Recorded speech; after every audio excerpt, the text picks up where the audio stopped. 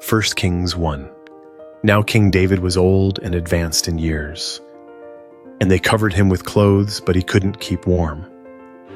Therefore, his servants said to him, "Let a young virgin be sought for my lord the king. Let her stand before the king and cherish him, and let her lie in your bosom, that my lord the king may keep warm." So they sought for a beautiful young lady throughout all the borders of Israel, and found Abishag the Shunammite, and brought her to the king. The young lady was very beautiful, and she cherished the king and served him. But the king didn't know her intimately. Then Adonijah the son of Haggith exalted himself, saying, "I will be king." Then he prepared him chariots and horsemen, and 50 men to run before him. His father had not displeased him at any time in saying, "Why have you done so?" And he was also a very handsome man, and he was born after Absalom. He conferred with Joab the son of Zeruiah, and with Abiathar the priest, and they followed Adonijah and helped him. But Zadok the priest, Benaiah the son of Jehoiada, Nathan the prophet, Shimei, Ray, and the mighty men who belonged to David were not with Adonijah. Adonijah killed sheep, cattle, and fatlings by the stone of Zoheleth, which is beside On Rogel. And he called all his brothers, the king's sons, and all the men of Judah, the king's servants. But he didn't call Nathan the prophet, and Benaiah, and the mighty men, and Solomon his brother. Then Nathan spoke to Bathsheba, the mother of Solomon, saying, "Haven't you heard that Adonijah the son of Haggith reigns, and David our Lord doesn't know it? Now therefore come, please let me give you counsel, that you may save your own life and your son Solomon's life. Go into King David and tell him, 'Didn't you, my lord the king, swear to your servant, saying, Assuredly Solomon your son shall reign after me, and he shall sit on my throne? Why then does Adonijah reign? Behold, while you are still talking there with the king, I will also come in after you, and confirm your words.' Bathsheba went in to the king in his room. The king was very old, and Abishag the Shunammite was serving the king. Bathsheba bowed and showed respect to the king. The king said, 'What would you like?' She said to him, 'My lord, you swore by the Lord your God to your servant, Assuredly Solomon, your son shall reign after me, and he shall sit on my throne.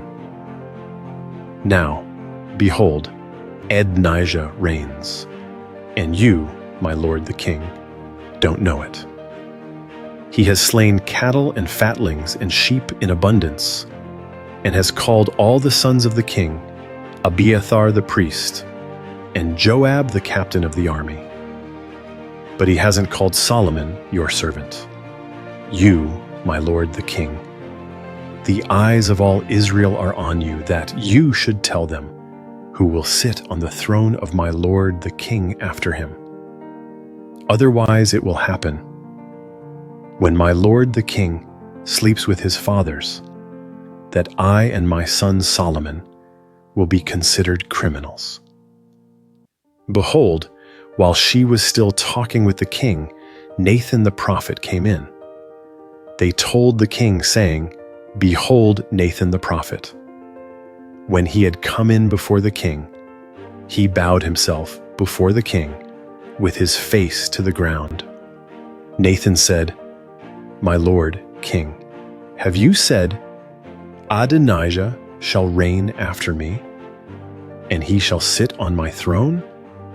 For he has gone down today, and has slain cattle, fatlings, and sheep in abundance, and has called all the king's sons, the captains of the army, and Abiathar the priest.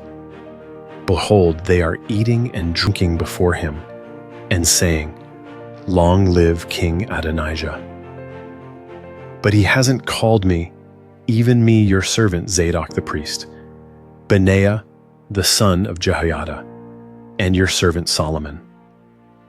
Was this thing done by my lord the king, and you haven't shown to your servants who should sit on the throne of my lord the king after him?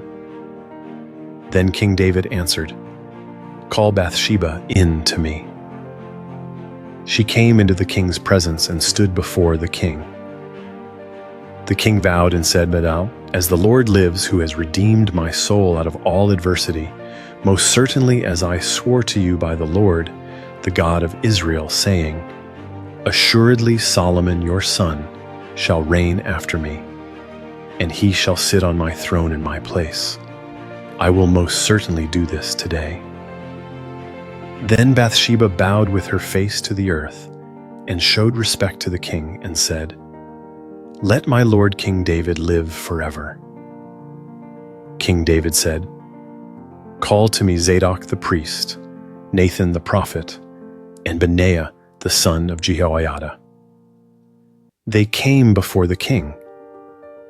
The king said to them, Take with you the servants of your lord, and cause Solomon my son to ride on my own mule, and bring him down to Gihon. Let Zadok the priest and Nathan the prophet anoint him there king over Israel. Blow the trumpet and say, Long live King Solomon. Then come up after him, and he shall come and sit on my throne, for he shall be king in my place. I have appointed him to be prince over Israel and over Judah. Benaiah the son of Jehoiada answered the king and said, Amen. May the Lord, the God of my lord the king, say so. As the Lord has been with my lord the king, even so may he be with Solomon, and make his throne greater than the throne of my lord King David. So Zadok the priest, Nathan the prophet, Benaiah the son of Jehoiada, and the Cherethites and the Pelethites went down and had Solomon ride on King David's mule and brought him to Gihon. Zadok the priest took the horn of oil from the tent and anointed Solomon. They blew the trumpet, and all the people said, Long live King Solomon. All the people came up after him, and the people piped with pipes and rejoiced with great joy, so that the earth shook with their sound. Adonijah and all the guests who were with him heard it as they had finished eating. When Joab heard the sound of the trumpet, he said, Why is this noise of the city being in an uproar? While he yet spoke, behold, Jonathan the son of Abiathar the priest came, and Adonijah said, Come in, for you are a worthy man and bring good news. Jonathan answered Adonijah, Most certainly our lord King David has made Solomon king. The king has sent with him Zadok the priest, Nathan the prophet, Benaiah the son of Jehoiada, and the Cherethites and the Pelethites. And they have caused him to ride on the king's mule. Zadok the priest and Nathan the prophet have anointed him king in Gihon. They have come up from there rejoicing, so that the city rang again. This is the noise that you have heard. Also Solomon sits on the throne of the kingdom. Moreover, the king's servants came to bless our lord King David, saying, May your God make the name of Solomon better than your name, and make his throne greater than your throne. And the king bowed himself on the bed. Also thus said the king, Blessed be the Lord, the God of Israel, who has given one to sit on my throne today, my eyes even seeing it. All the guests of Adonijah were afraid, and rose up, and each man went his way. Adonijah was afraid because of Solomon, and he arose and went and hung onto the horns of the altar. Solomon was told, "Behold, Adonijah fears King Solomon. For behold, he is hanging onto the horns of the altar, saying, 'Let King Solomon swear to me first, that he will not kill his servant with the sword.'" Solomon said, "If he shows himself a worthy man, not a hair of his shall fall to the earth. But if wickedness is found in him, he shall die." So King Solomon sent, and they brought him down from the altar. He came and bowed down to King Solomon, and Solomon said to him, "Go to your house."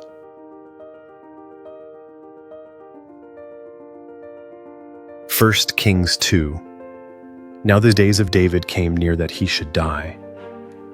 And he commanded Solomon his son, saying, "I am going the way of all the earth. You be strong therefore, and show yourself a man, and keep the instruction of the Lord your God, to walk in his ways, to keep his statutes, his commandments, his ordinances, and his testimonies, according to that which is written in the law of Moses, that you may prosper in all that you do, and wherever you turn yourself.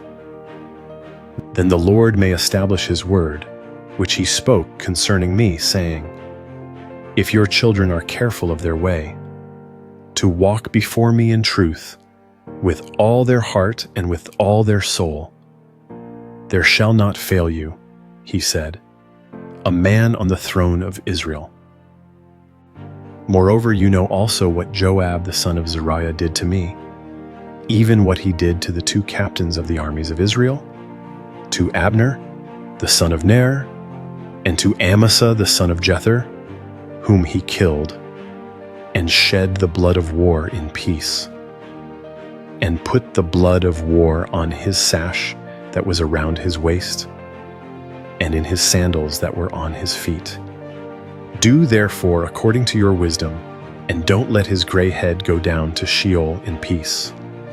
But show kindness to the sons of Barzillai the Gileadite, and let them be among those who eat at your table. For so they came to me when I fled from Absalom your brother. Behold, there is with you Shimei the son of Gera, the Benjamite of Bahurim, who cursed me with a grievous curse in the day when I went to Mahanaim. But he came down to meet me at the Jordan, and I swore to him by the Lord, saying, I will not put you to death with the sword. Now therefore don't hold him guiltless, for you are a wise man, and you will know what you ought to do to him, and you shall bring his gray head down to Sheol with blood. David slept with his fathers and was buried in David's city. The days that David reigned over Israel were 40 years. He reigned 7 years in Hebron, and he reigned 33 years in Jerusalem. Solomon sat on David his father's throne, and his kingdom was firmly established. Then Adonijah the son of Haggith came to Bathsheba the mother of Solomon. She said, Do you come peaceably? He said, Peaceably. He said, Moreover, I have something to tell you. She said, Say on. He said, You know that the kingdom was mine, and that all Israel set their faces on me, that I should reign. However, the kingdom is turned around and has become my brother's, for it was his from the Lord. Now I ask one petition of you. Don't deny me. She said to him, Say on. He said, Please speak to Solomon the king, for he will not tell you no, that he give me Abishag the Shunammite as wife. Bathsheba said, All right, I will speak for you to the king. Bathsheba therefore went to King Solomon to speak to him for Adonijah. The king rose up to meet her, and bowed himself to her, and sat down on his throne, and caused a throne to be set for the king's mother. And she sat on his right hand. Then she said, I ask one small petition of you. Don't deny me. The king said to her, Ask on, my mother, for I will not deny you." She said, "Let Abishag the Shunammite be given to Adonijah, your brother, as wife." King Solomon answered his mother, "Why do you ask Abishag the Shunammite for Adonijah? Ask for him the kingdom also, for he is my elder brother, even for him, and for Abiathar the priest, and for Joab the son of Zeruiah."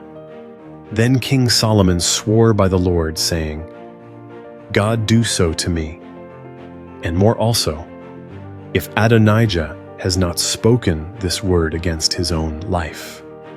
Now therefore, as the Lord lives, who has established me and set me on my father David's throne, and who has made me a house as he promised, surely Adonijah shall be put to death today." King Solomon sent Benaiah the son of Jehoiada, and he fell on him, so that he died.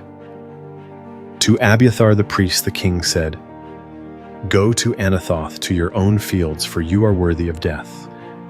But I will not at this time put you to death, because you bore the Lord God's ark before David my father, and because you were afflicted in all in which my father was afflicted." So Solomon thrust Abiathar out from being priest to the Lord, that he might fulfill the Lord's word, which he spoke concerning the house of Eli in Shiloh. This news came to Joab, for Joab had followed Adonijah, although he didn't follow Absalom. Joab fled to the Lord's tent and held onto the horns of the altar. King Solomon was told, "Joab has fled to the Lord's tent, and behold, he is by the altar." Then Solomon sent Benaiah the son of Jehoiada, saying, "Go, fall on him." Benaiah came to the Lord's tent and said to him, "The king says, 'Come out.'" He said, "No, but I will die here." Benaiah brought the king word again, saying, "This is what Joab said, and this is how he answered me." The king said to him, "Do as he has said, and fall on him, and bury him, that you may take away the blood, which Joab shed without cause, from me and from my father's house.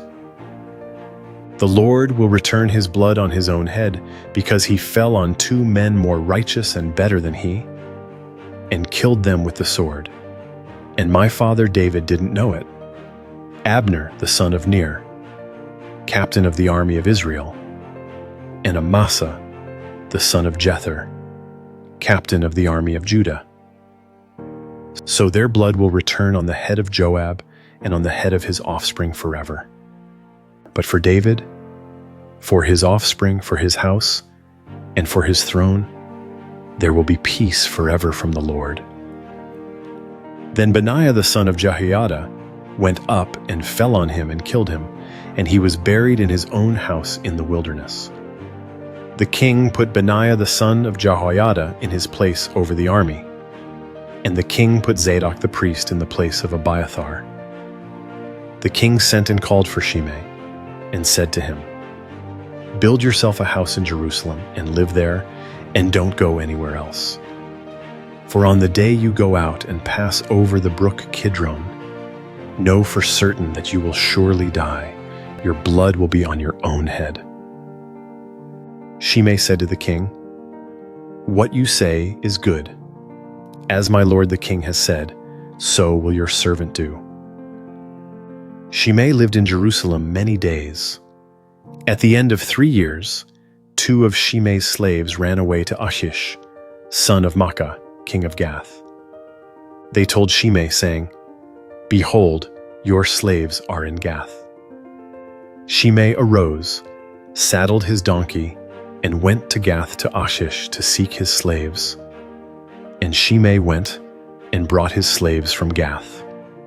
Solomon was told that Shimei had gone from Jerusalem to Gath and had come again.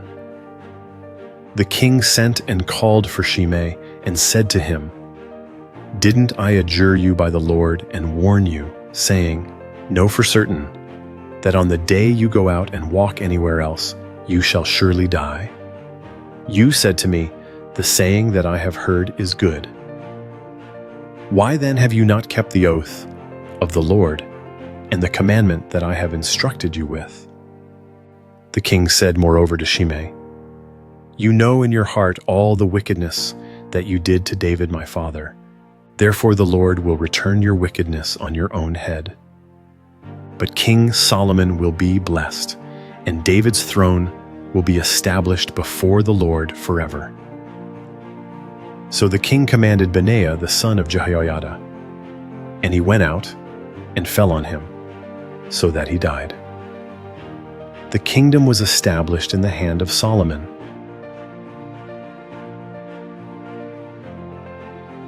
1 Kings 3. Solomon made a marriage alliance with Pharaoh, king of Egypt. He took Pharaoh's daughter and brought her into David's city until he had finished building his own house, the Lord's house, and the wall around Jerusalem. However, the people sacrificed in the high places, because there was not yet a house built for the Lord's name. Solomon loved the Lord, walking in the statutes of David his father, except that he sacrificed and burned incense in the high places. The king went to Gibeon to sacrifice there, for that was the great high place. Solomon offered 1,000 burnt offerings on that altar. In Gibeon, the Lord appeared to Solomon in a dream by night, and God said, "Ask for what I should give you." Solomon said, "You have shown to your servant David my father great loving kindness, because he walked before you in truth, in righteousness, and in uprightness of heart with you.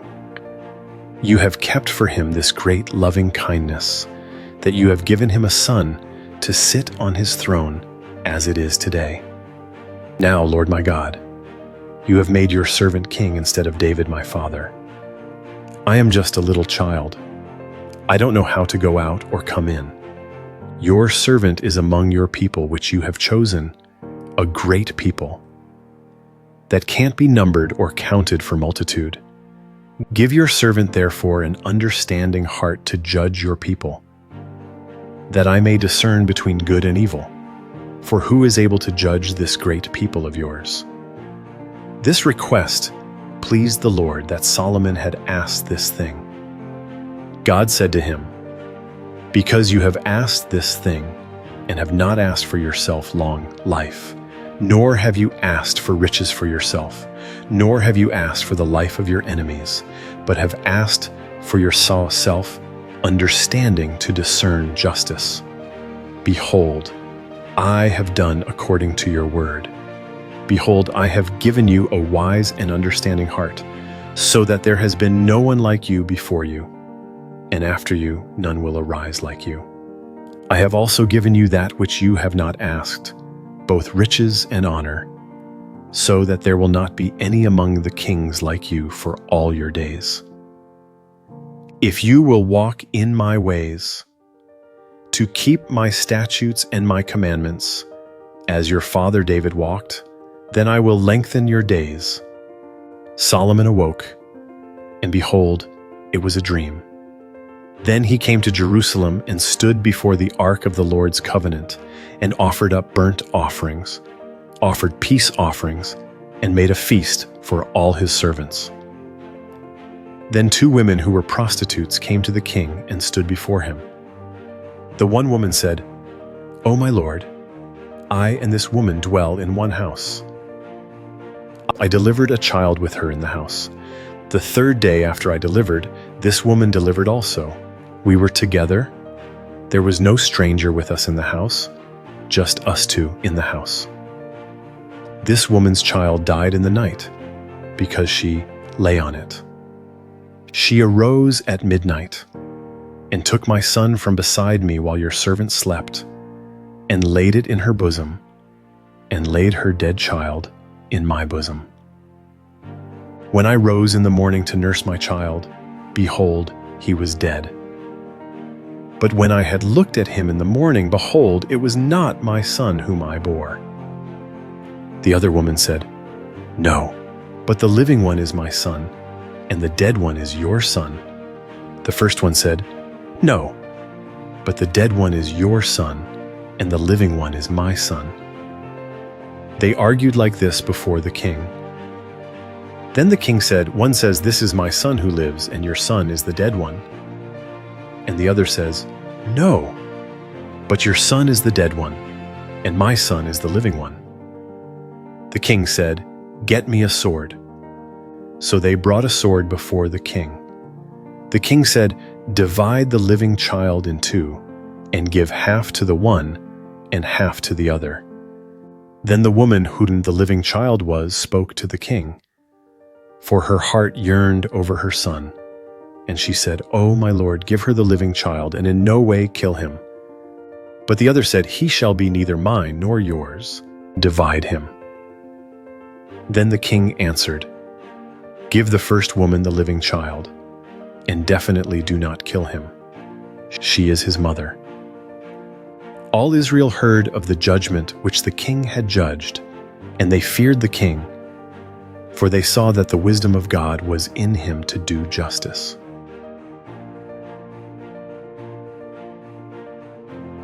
1 Kings 4. King Solomon was king over all Israel. These were the princes whom he had: Azariah, the son of Zadok the priest; Elihoreph and Ahijah, the sons of Shisha, scribes; Jehoshaphat the son of Ahilud the recorder; Benaiah the son of Jehoiada was over the army; Zadok and Abiathar were priests; Azariah the son of Nathan was over the officers; Zabud the son of Nathan was chief minister, the king's friend; Ahishar was over the household, and Adoniram the son of Abda was over the men subject to forced labor. Solomon had 12 officers over all Israel, who provided food for the king and his household. Each man had to make provision for a month in the year. These are their names: Ben-Hur in the hill country of Ephraim, Ben-Decker in Makkaz, in Shalbim, Beth-Shemesh, and Elon Beth-Hanan, Ben-Hesed in Arubath. Soko and all the land of Hepher belonged to him. Ben-Abinadab in all the height of Dor. He had Taphath, Solomon's daughter, as wife. Baana, the son of Ahilud, in Taanach and Megiddo, and all Beth-Shan, which is beside Zarephath, beneath Jezreel, from Beth-Shan to Abel-Meholah, as far as beyond Jokmeam. Ben-Geber in Ramoth-Gilead. The towns of Jair, the son of Manasseh, which are in Gilead, belong to him, and the region of Argob, which is in Bashan, 60 great cities with walls and bronze bars, belong to him. Ahinadab, the son of Iddo, in Mahanaim. Ahimaaz in Naphtali. He also took Basemath, the daughter of Solomon, as wife. Baana, the son of Hushai, in Asher and Bealoth. Jehoshaphat, the son of Peruah, in Issachar. Shimei, the son of Elah, in Benjamin. Geber, the son of Uri, in the land of Gilead, the country of Sihon, king of the Amorites, and of Og, king of Bashan. And he was the only officer who was in the land. Judah and Israel were numerous as the sand which is by the sea in multitude, eating and drinking and making merry. Solomon ruled over all the kingdoms from the river to the land of the Philistines and to the border of Egypt. They brought tribute and served Solomon all the days of his life. Solomon's provision for one day was 30 cores of fine flour, 60 measures of meal, 10 head of fat cattle, 20 head of cattle out of the pastures, and 100 sheep, in addition to deer, gazelles, roebucks, and fattened fowl. For he had dominion over all on this side of the river, from Tiphsah even to Gaza, over all the kings on this side of the river, and he had peace on all sides around him. Judah and Israel lived safely, every man under his vine, and under his fig tree, from Dan even to Beersheba, all the days of Solomon. Solomon had 40,000 stalls of horses for his chariots, and 12,000 horsemen. Those officers provided food for King Solomon and for all who came to King Solomon's table, every man in his month. They let nothing be lacking. They also brought barley and straw for the horses, and swift steeds to the place where the officers were, each man according to his duty. God gave Solomon abundant wisdom, understanding, and breadth of mind, like the sand that is on the seashore. Solomon's wisdom excelled the wisdom of all the children of the East and all the wisdom of Egypt, for he was wiser than all men, wiser than Ethan the Ezrahite, Heman, Calcol, and Darda, the sons of Mahol. And his fame was in all the nations all around. He spoke 3,000 proverbs, and his songs numbered 1,005. He spoke of trees, from the cedar that is in Lebanon, even to the hyssop that grows out of the wall. He also spoke of animals, of birds, of creeping things, and of fish. People of all nations came to hear the wisdom of Solomon, sent by all kings of the earth who had heard of his wisdom.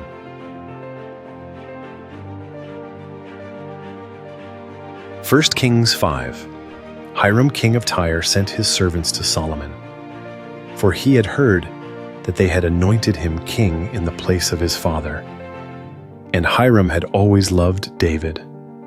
Solomon sent to Hiram, saying, "You know that David my father could not build a house for the name of the Lord his God because of the wars, which were around him on every side, until the Lord put his enemies under the soles of his feet.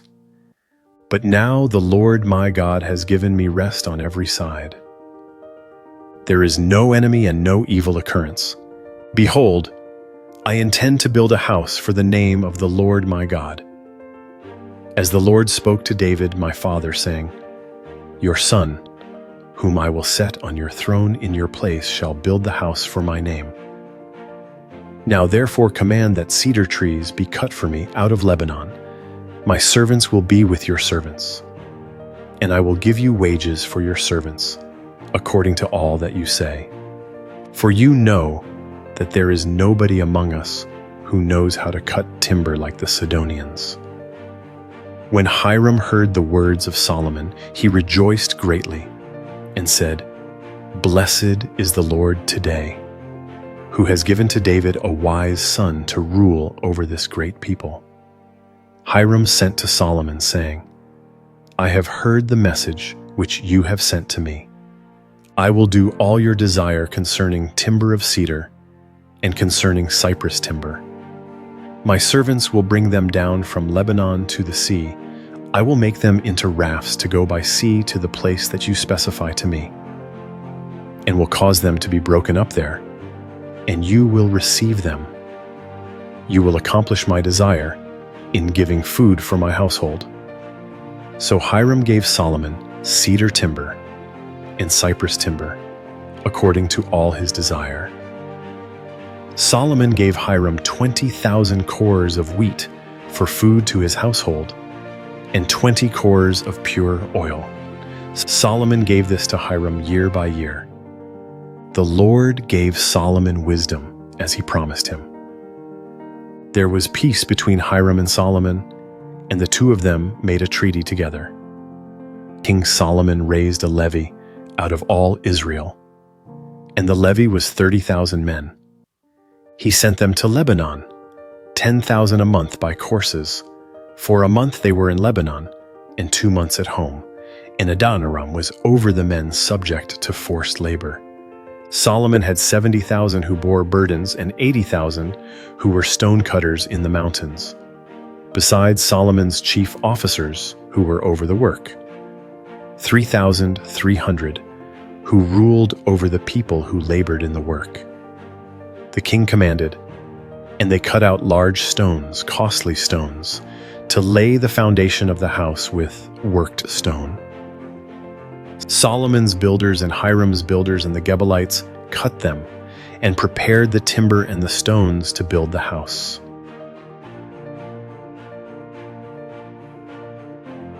First Kings 6. In the 480th year, after the children of Israel had come out of the land of Egypt, in the 4th year of Solomon's reign over Israel, in the month Ziv, which is the 2nd month, he began to build the Lord's house.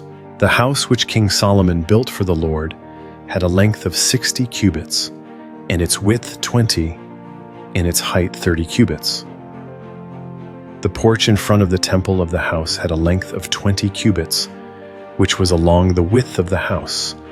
10 cubits was its width in front of the house. He made windows of fixed lattice work for the house. Against the wall of the house, he built floors all around, against the walls of the house all around, both of the temple and of the inner sanctuary. And he made side rooms all around. The lowest floor was 5 cubits wide, and the middle was 6 cubits wide, and the third was 7 cubits wide. For on the outside he made offsets in the wall of the house all around, that the beams should not be inserted into the walls of the house. The house, when it was under construction, was built of stone prepared at the quarry, and no hammer or axe or any tool of iron was heard in the house while it was under construction. The door for the middle side rooms was in the right side of the house. They went up by winding stairs into the middle floor, and out of the middle into the third. So he built the house and finished it, and he covered the house with beams and planks of cedar. He built the floors all along the house, each 5 cubits high, and they rested on the house with timbers of cedar. The Lord's word came to Solomon, saying, "Concerning this house which you are building, if you will walk in my statutes, and execute my ordinances, and keep all my commandments to walk in them, then I will establish my word with you, which I spoke to David your father. I will dwell among the children of Israel, and will not forsake my people Israel." So Solomon built the house and finished it. He built the walls of the house within, with boards of cedar, from the floor of the house to the walls of the ceiling. He covered them on the inside with wood. He covered the floor of the house with cypress boards. He built 20 cubits of the back part of the house with boards of cedar from the floor to the ceiling. He built this within, for an inner sanctuary, even for the most holy place. In front of the temple sanctuary was 40 cubits long. There was cedar on the house within, carved with buds and open flowers. All was cedar, no stone was visible. He prepared an inner sanctuary in the middle of the house within, to set the ark of the Lord's covenant there. Within the inner sanctuary was 20 cubits in length, and 20 cubits in width, and 20 cubits in its height. He overlaid it with pure gold. He covered the altar with cedar. So Solomon overlaid the house within with pure gold. He drew chains of gold across before the inner sanctuary, and he overlaid it with gold. He overlaid the whole house with gold until all the house was finished. He also overlaid the whole altar that belonged to the inner sanctuary with gold. In the inner sanctuary he made 2 cherubim of olive wood, each 10 cubits high.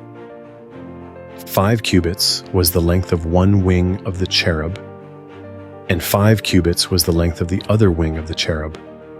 From the tip of one wing to the tip of the other was 10 cubits. The other cherub was 10 cubits. Both the cherubim were of one measure and one form. One cherub was 10 cubits high, and so was the other cherub. He set the cherubim within the inner house. The wings of the cherubim were stretched out, so that the wing of the one touched the one wall, and the wing of the other cherub touched the other wall, and their wings touched one another in the middle of the house. He overlaid the cherubim with gold. He carved all the walls of the house around with carved figures of cherubim, palm trees, and open flowers, inside and outside. He overlaid the floor of the house with gold, inside and outside.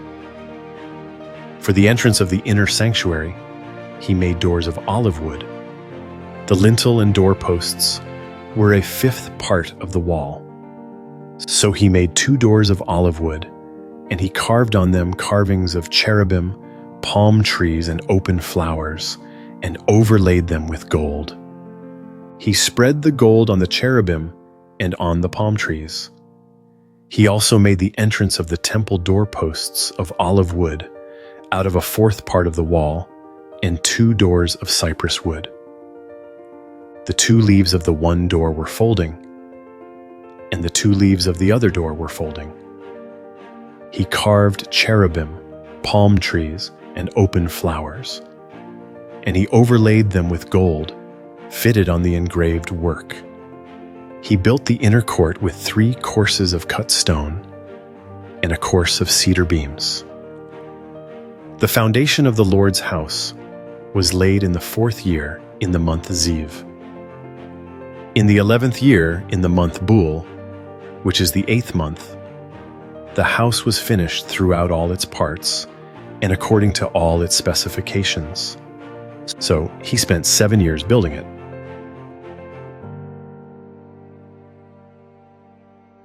1 Kings 7. Solomon was building his own house 13 years, and he finished all his house. For he built the house of the forest of Lebanon. Its length was 100 cubits, its width 50 cubits, and its height 30 cubits, on 4 rows of cedar pillars, with cedar beams on the pillars. It was covered with cedar above, over the 45 beams that were on the pillars, 15 in a row. There were beams in 3 rows, and window was facing window in 3 ranks.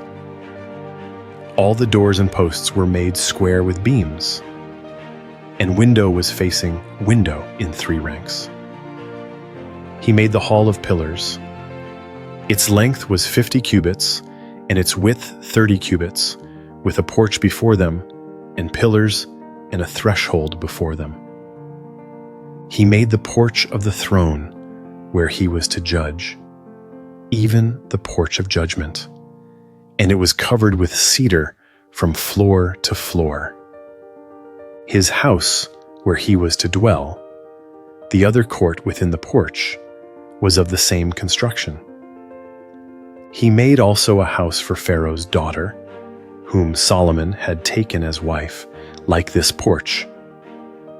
All these were of costly stones, even of stone cut, according to measure, sawed with saws, inside and outside, even from the foundation to the coping, and so on the outside to the great court. The foundation was of costly stones, even great stones, stones of 10 cubits, and stones of 8 cubits. Above were costly stones, even cut stone, according to measure, and cedar wood. The great court around had 3 courses of cut stone, with a course of cedar beams, like the inner court of the Lord's house, and the porch of the house. King Solomon sent and brought Hiram out of Tyre. He was the son of a widow of the tribe of Naphtali, and his father was a man of Tyre, a worker in bronze. And he was filled with wisdom and understanding and skill to work all works in bronze. He came to King Solomon and performed all his work. For he fashioned the 2 pillars of bronze, 18 cubits high apiece, and a line of 12 cubits encircled either of them. He made 2 capitals of molten bronze to set on the tops of the pillars. The height of the one capital was 5 cubits, and the height of the other capital was 5 cubits. There were nets of checkerwork and wreaths of chainwork for the capitals which were on the top of the pillars, 7 for the one capital, and 7 for the other capital. So he made the pillars, And there were 2 rows of pomegranates around the one network to cover the capitals that were on the top of the pillars. And he did so for the other capital. The capitals that were on the top of the pillars in the porch were of lily work, 4 cubits. There were capitals above, also on the 2 pillars, close by the belly, which was beside the network. There were 200 pomegranates in rows around the other capital. He set up the pillars at the porch of the temple. He set up the right pillar and called its name Jachin. And he set up the left pillar and called its name Boaz. On the tops of the pillars was lily work. So the work of the pillars was finished. He made the molten sea 10 cubits, from brim to brim, round in shape. Its height was 5 cubits, and a line of 30 cubits encircled it. Under its brim around there were buds, which encircled it for 10 cubits, encircling the sea. The buds were in 2 rows, cast when it was cast. It stood on 12 oxen, 3 looking toward the north, and 3 looking toward the west, and 3 looking toward the south, and 3 looking toward the east. And the sea was set on them above, and all their hindquarters were inward. It was a handwidth thick. Its brim was worked like the brim of a cup, like the flower of a lily. It held 2,000 baths. He made the 10 bases of bronze. The length of one base was 4 cubits, 4 cubits its width, and 3 cubits its height. The work of the bases was like this. They had panels, and there were panels between the ledges, and on the panels that were between the ledges were lions, oxen, and cherubim. And on the ledges there was a pedestal above. And beneath the lions and oxen were wreaths of hanging work. Every base had 4 bronze wheels and axles of bronze, and its 4 feet had supports. The supports were cast beneath the basin with wreaths at the side of each. Its opening within the capital and above was a cubit. Its opening was round like the work of a pedestal, a cubit and a half. And also on its opening were engravings, and their panels were square, not round. The 4 wheels were underneath the panels, and the axles of the wheels were in the base. The height of a wheel was a cubit and half a cubit. The work of the wheels was like the work of a chariot wheel. Their axles, their rims, their spokes, and their hubs were all of cast metal. There were 4 supports at the 4 corners of each base. Its supports were of the base itself. In the top of the base, there was a round band half a cubit high. And on the top of the base, its supports and its panels were the same. On the plates of its supports and on its panels, he engraved cherubim, lions, and palm trees, each in its space, with wreaths all around. He made the 10 bases in this way. All of them had 1 casting, 1 measure, and 1 form. He made 10 basins of bronze. 1 basin contained 40 baths. Every basin measured 4 cubits. 1 basin was on every one of the 10 bases. He set the bases, 5 on the right side of the house, and 5 on the left side of the house. He set the sea on the right side of the house eastward and toward the south. Hiram made the pots, the shovels, and the basins. So Hiram finished doing all the work that he worked for King Solomon in the Lord's house. The 2 pillars, the 2 bowls of the capitals that were on the top of the pillars, the 2 networks to cover the 2 bowls of the capitals that were on the top of the pillars, the 400 pomegranates for the 2 networks, 2 rows of pomegranates for each network to cover the 2 bowls of the capitals that were on the pillars, the 10 bases, the 10 basins on the bases, the 1 sea, the 12 oxen under the sea, the pots, the shovels, and the basins. All of these vessels, which Hiram made for King Solomon in the Lord's house, were of burnished bronze. The king cast them in the plain of the Jordan, in the clay ground between Succoth and Zarephath. Solomon left all the vessels unweighed, because there were so many of them. The weight of the bronze could not be determined. Solomon made all the vessels that were in the Lord's house: the golden altar and the table that the showbread was on, of gold, and the lampstands, 5 on the right side and 5 on the left, in front of the inner sanctuary, of pure gold, and the flowers, the lamps, and the tongs of gold, the cups, the snuffers, the basins, the spoons, and the firepans of pure gold, and the hinges, both for the doors of the inner house, the most holy place, and for the doors of the house, of the temple, of gold. Thus all the work that King Solomon did in the Lord's house was finished. Solomon brought in the things which David his father had dedicated, the silver, the gold, and the vessels, and put them in the treasuries of the Lord's house.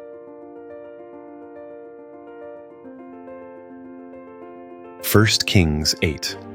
Then Solomon assembled the elders of Israel with all the heads of the tribes, the princes of the fathers' households of the children of Israel, to King Solomon in Jerusalem, to bring up the ark of the Lord's covenant out of David's city, which is Zion. All the men of Israel assembled themselves to King Solomon at the feast in the month Ethanim, which is the 7th month. All the elders of Israel came, and the priests picked up the ark. They brought up the Lord's ark, the tent of meeting, and all the holy vessels that were in the tent. The priests and the Levites brought these up. King Solomon and all the congregation of Israel, who were assembled to him, were with him before the ark, sacrificing sheep and cattle that could not be counted or numbered for multitude. The priests brought in the ark of the Lord's covenant to its place, into the inner sanctuary of the house, to the most holy place, even under the cherubim's wings. For the cherubim spread their wings out over the place of the ark, and the cherubim covered the ark and its poles above. The poles were so long that the ends of the poles were seen from the holy place before the inner sanctuary, but they were not seen outside. They are there to this day.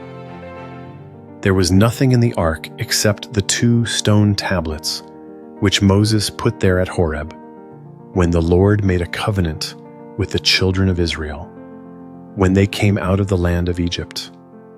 It came to pass, when the priests had come out of the holy place, that the cloud filled the Lord's house, so that the priests could not stand to minister by reason of the cloud, for the Lord's glory filled the Lord's house.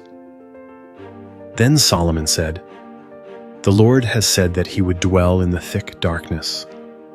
I have surely built you a house of habitation, a place for you to dwell in forever." The king turned his face around and blessed all the assembly of Israel, and all the assembly of Israel stood. He said, "Blessed is the Lord, the God of Israel, who spoke with his mouth to David your father, and has with his hand fulfilled it, saying, Since the day that I brought my people Israel out of Egypt, I chose no city out of all the tribes of Israel to build a house, that my name might be there, but I chose David to be over my people Israel. Now it was in the heart of David my father to build a house for the name of the Lord, the God of Israel. But the Lord said to David my father, Whereas it was in your heart to build a house for my name, you did well that it was in your heart. Nevertheless, you shall not build the house. But your son who shall come out of your body, he shall build the house for my name. The Lord has established his word that he spoke. For I have risen up in the place of David my father, and I sit on the throne of Israel, as the Lord promised, and have built the house for the name of the Lord, the God of Israel. There I have set a place for the ark, in which is the Lord's covenant, which he made with our fathers when he brought them out of the land of Egypt.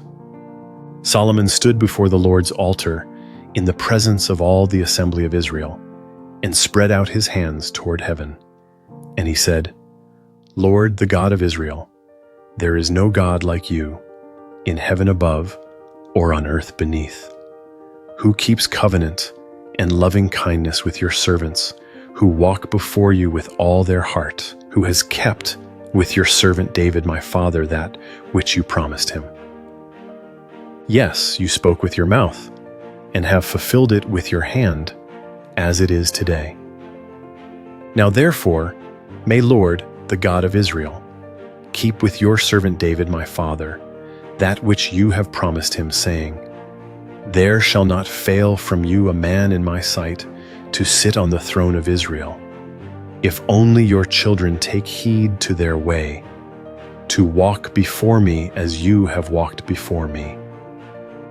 Now therefore, God of Israel, please let your word be verified, which you spoke to your servant David my father. But will God in very deed dwell on the earth? Behold, heaven and the heaven of heavens can't contain you. How much less this house that I have built?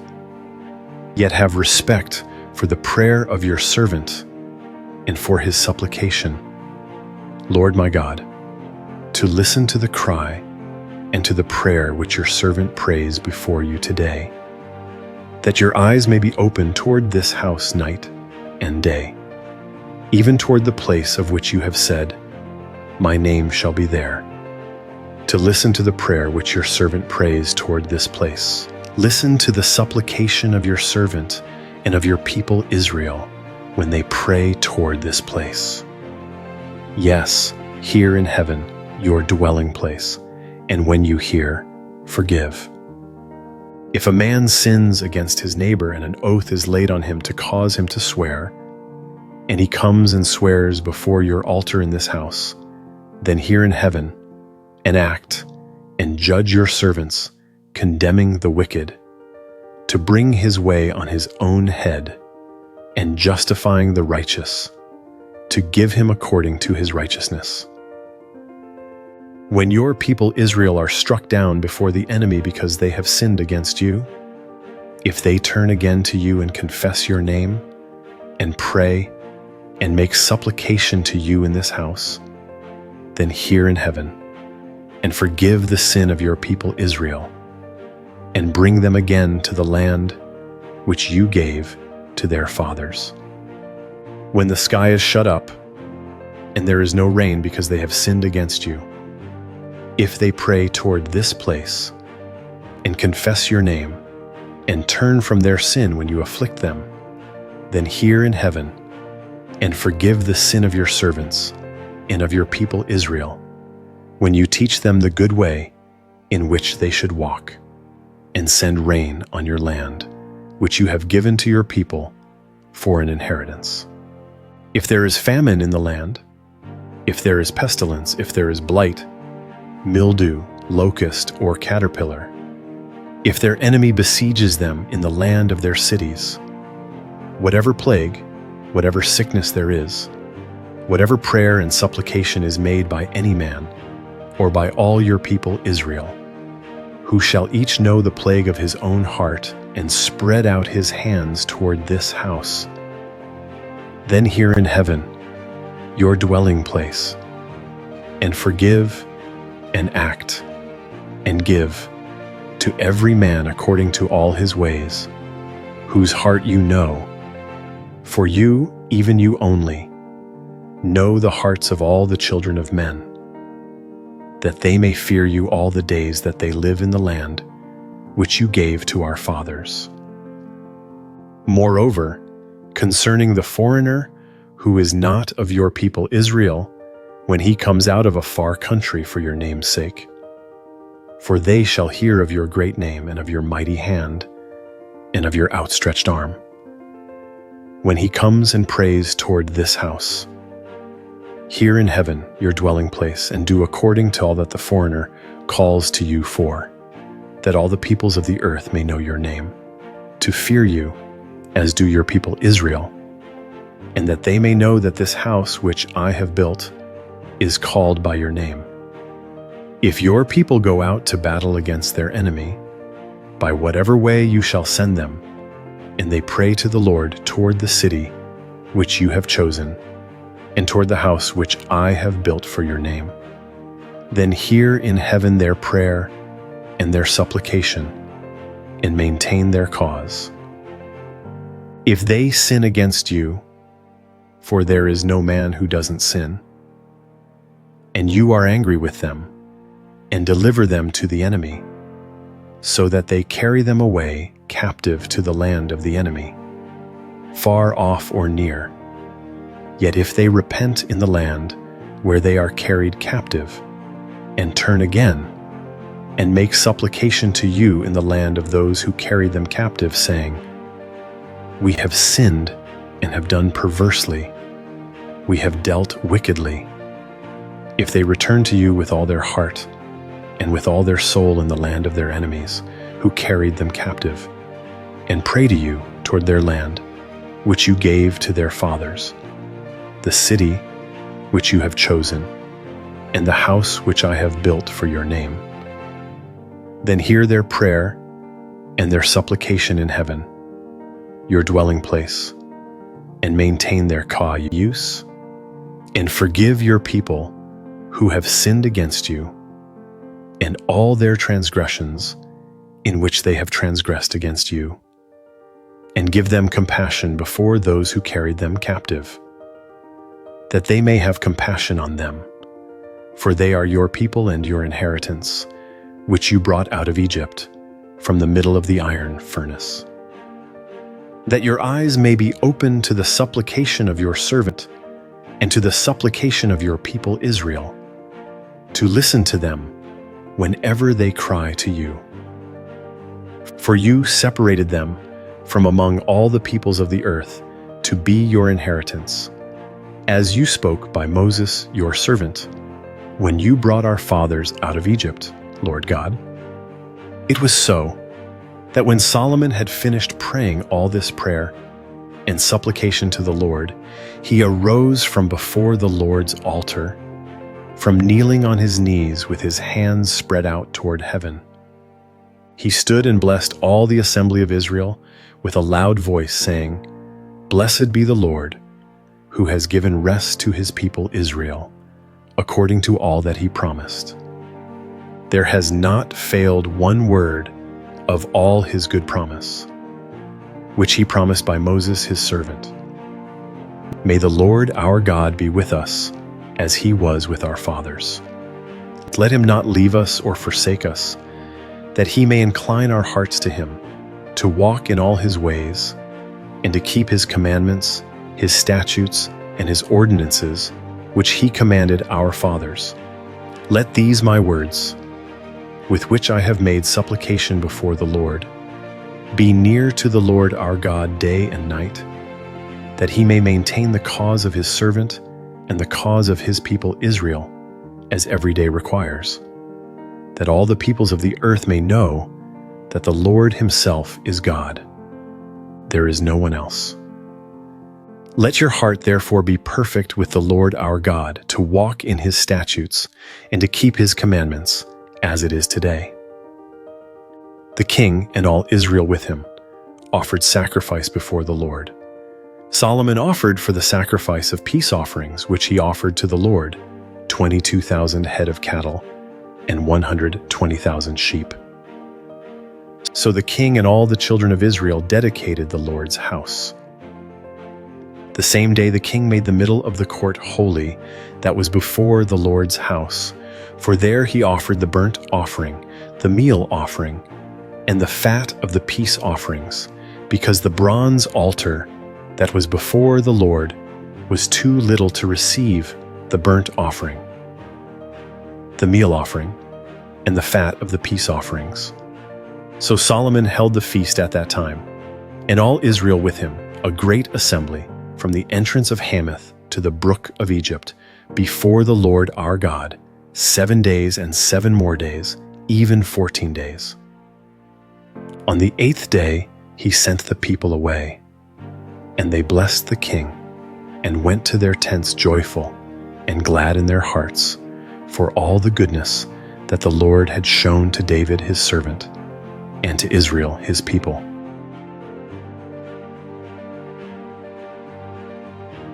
1 Kings 9. When Solomon had finished the building of the Lord's house, the king's house, and all Solomon's desire, which he was pleased to do, the Lord appeared to Solomon the second time, as he had appeared to him at Gibeon. The Lord said to him, I have heard your prayer and your supplication that you have made before me. I have made this house holy, which you have built, to put my name there forever, and my eyes and my heart shall be there perpetually.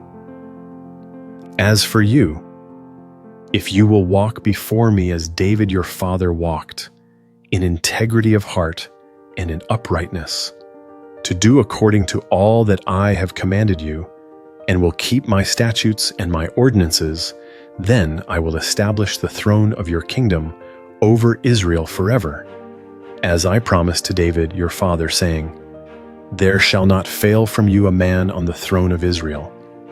But if you turn away from following me, you or your children, and not keep my commandments and my statutes which I have set before you, but go and serve other gods and worship them, then I will cut off Israel out of the land which I have given them. And I will cast this house, which I have made holy for my name, out of my sight. And Israel will be a proverb and a byword among all peoples. Though this house is so high, yet everyone who passes by it will be astonished and hiss, and they will say, Why has the Lord done this to this land and to this house? And they will answer, Because they abandoned the Lord their God, who brought their fathers out of the land of Egypt, and embraced other gods, and worshipped them, and served them. Therefore the Lord has brought all this evil on them.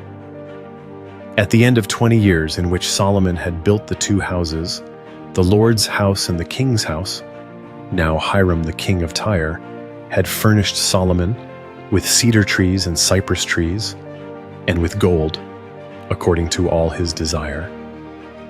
King Solomon gave Hiram 20 cities in the land of Galilee.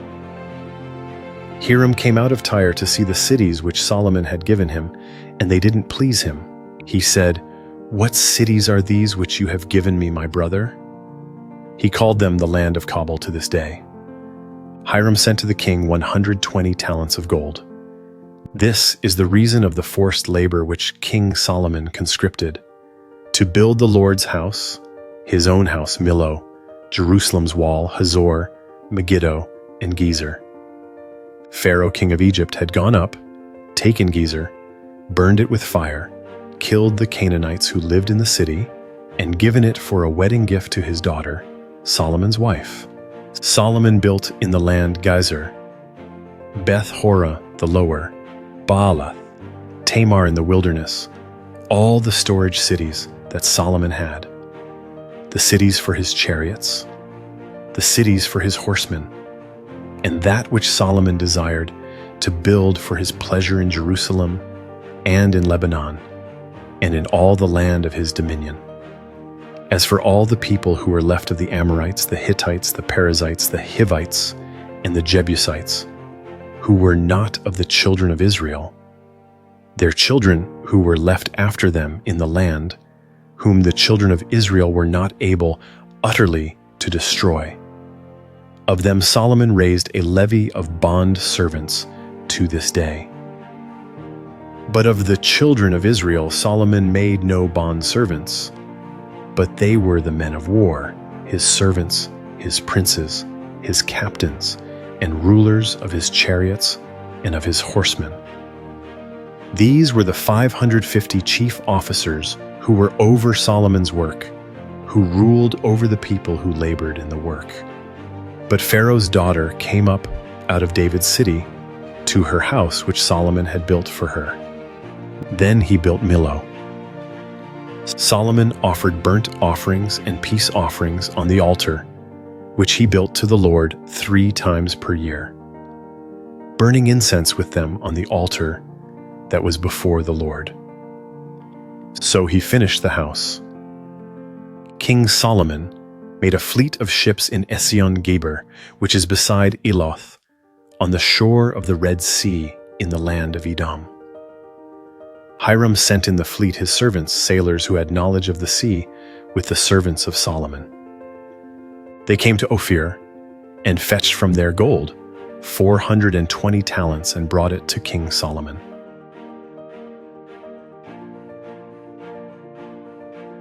1 Kings 10. When the queen of Sheba heard of the fame of Solomon concerning the Lord's name, she came to test him with hard questions. She came to Jerusalem with a very great caravan, with camels that bore spices, very much gold, and precious stones. And when she had come to Solomon, she talked with him about all that was in her heart. Solomon answered all her questions. There wasn't anything hidden from the king which he didn't tell her. When the queen of Sheba had seen all the wisdom of Solomon, the house that he had built, the food of his table, the sitting of his servants, the attendance of his officials, their clothing, his cupbearers, and his ascent by which he went up to the Lord's house, there was no more spirit in her. She said to the king, "It was a true report that I heard in my own land of your acts and of your wisdom. However, I didn't believe the words until I came and my eyes had seen it. Behold, not even half was told me. Your wisdom and prosperity exceed the fame which I heard. Happy are your men. Happy are these your servants who stand continually before you, who hear your wisdom. Blessed is the Lord your God who delighted in you to set you on the throne of Israel. Because the Lord loved Israel forever, therefore he made you king to do justice and righteousness." She gave the king 120 talents of gold and a very great quantity of spices and precious stones. Never again was there such an abundance of spices as these, which the queen of Sheba gave to King Solomon. The fleet of Hiram that brought gold from Ophir also brought in from Ophir great quantities of almug trees and precious stones. The king made of the almug trees pillars for the Lord's house and for the king's house, harps also and stringed instruments for the singers. No such almug trees came or were seen to this day. King Solomon gave to the queen of Sheba all her desire, whatever she asked, in addition to that which Solomon gave her of his royal bounty. So she turned and went to her own land, she and her servants. Now the weight of gold that came to Solomon in 1 year was 666 talents of gold, in addition to that which the traders brought, and the traffic of the merchants, and of all the kings of the mixed people, and of the governors of the country. King Solomon made 200 bucklers of beaten gold. 600 shekels of gold went to 1 buckler. He made 300 shields of beaten gold. 3 minas of gold went to 1 shield, and the king put them in the house of the forest of Lebanon. Moreover, the king made a great throne of ivory and overlaid it with the finest gold. There were 6 steps to the throne, and the top of the throne was round behind. And there were armrests on either side, by the place of the seat, and 2 lions standing beside the armrests. 12 lions stood there on the one side, and on the other on the 6 steps. Nothing like it was made in any kingdom. All King Solomon's drinking vessels were of gold, and all the vessels of the house of the forest of Lebanon were of pure gold. None were of silver, because it was considered of little value in the days of Solomon. For the king had a fleet of ships of Tarshish at sea with Hiram's fleet. Once every 3 years the fleet of Tarshish came bringing gold, silver, ivory, apes, and peacocks. So King Solomon exceeded all the kings of the earth in riches and in wisdom. All the earth sought the presence of Solomon to hear his wisdom, which God had put in his heart. Year after year, every man brought his tribute: vessels of silver, vessels of gold, clothing, armor, spices, horses, and mules. Solomon gathered together chariots and horsemen. He had 1,400 chariots and 12,000 horsemen. He kept them in the chariot cities and with the king at Jerusalem. The king made silver as common as stones in Jerusalem, and cedars as common as the sycamore trees that are in the lowland. The horses which Solomon had were brought out of Egypt. The king's merchants received them in droves, each drove at a price. A chariot was imported from Egypt for 600 shekels of silver, and a horse for 150 shekels. And so they exported them to all the kings of the Hittites and to the kings of Syria.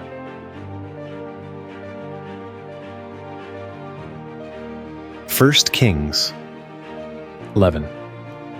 Now King Solomon loved many foreign women, together with the daughter of Pharaoh, women of the Moabites, Ammonites, Edomites, Sidonians, and Hittites, of the nations concerning which the Lord said to the children of Israel, "You shall not go among them, neither shall they come among you, for surely they will turn away your heart after their gods."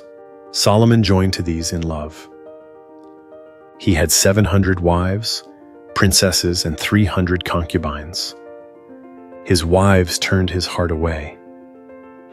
When Solomon was old, his wives turned away his heart after other gods, and his heart was not perfect with the Lord his God, as the heart of David his father was. For Solomon went after Ashtoreth, the goddess of the Sidonians, and after Milcom, the abomination of the Ammonites. Solomon did that which was evil in the Lord's sight, and didn't go fully after the Lord, as David his father did. Then Solomon built a high place for Chemosh, the abomination of Moab, on the mountain that is before Jerusalem, and for Melech, the abomination of the children of Ammon. So he did for all his foreign wives, who burned incense and sacrificed to their gods. The Lord was angry with Solomon, because his heart was turned away from the Lord, the God of Israel, who had appeared to him twice, and had commanded him concerning this thing, that he should not go after other gods, but he didn't keep that which the Lord commanded. Therefore the Lord said to Solomon, "Because this is done by you, and you have not kept my covenant and my statutes, which I have commanded you, I will surely tear the kingdom from you, and will give it to your servant. Nevertheless, I will not do it in your days, for David your father's sake, but I will tear it out of your son's hand. However, I will not tear away all the kingdom, but I will give one tribe to your son for David my servant's sake, and for Jerusalem's sake which I have chosen."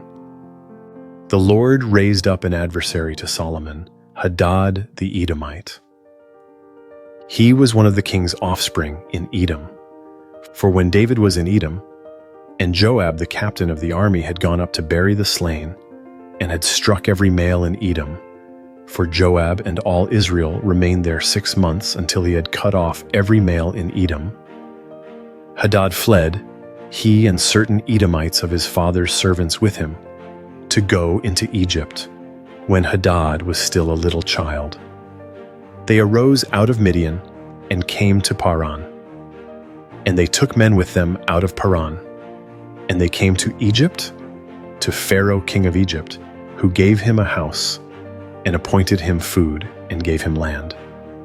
Hadad found great favor in the sight of Pharaoh, so that he gave him as wife the sister of his own wife, the sister of Tahpenes, the queen. The sister of Tahpenes bore him Genubath, his son, whom Tahpenes weaned in Pharaoh's house. And Genubath was in Pharaoh's house among the sons of Pharaoh. When Hadad heard in Egypt that David slept with his fathers, and that Joab the captain of the army was dead, Hadad said to Pharaoh, "Let me depart, that I may go to my own country." Then Pharaoh said to him, "But what have you lacked with me, that behold, you seek to go to your own country?" He answered, "Nothing, however, only let me depart." God raised up an adversary to him, Rezon the son of Eliada, who had fled from his lord, Hadadezer, king of Zobah. He gathered men to himself and became captain over a troop when David killed them of Zobah. They went to Damascus and lived there and reigned in Damascus. He was an adversary to Israel all the days of Solomon, in addition to the mischief of Hadad. He abhorred Israel and reigned over Syria. Jeroboam the son of Nebat, an Ephraimite of Zeradah, a servant of Solomon, whose mother's name was Zeruiah, a widow, also lifted up his hand against the king. This was the reason why he lifted up his hand against the king. Solomon built Millo and repaired the breach of his father David's city. The man Jeroboam was a mighty man of valor.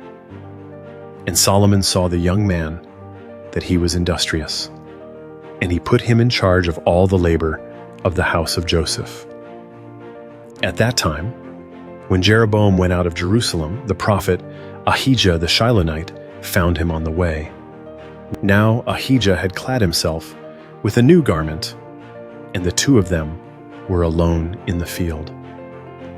Ahijah took the new garment that was on him and tore it in 12 pieces. He said to Jeroboam, "Take 10 pieces. For the Lord, the God of Israel, says, Behold, I will tear the kingdom out of the hand of Solomon, and will give 10 tribes to you.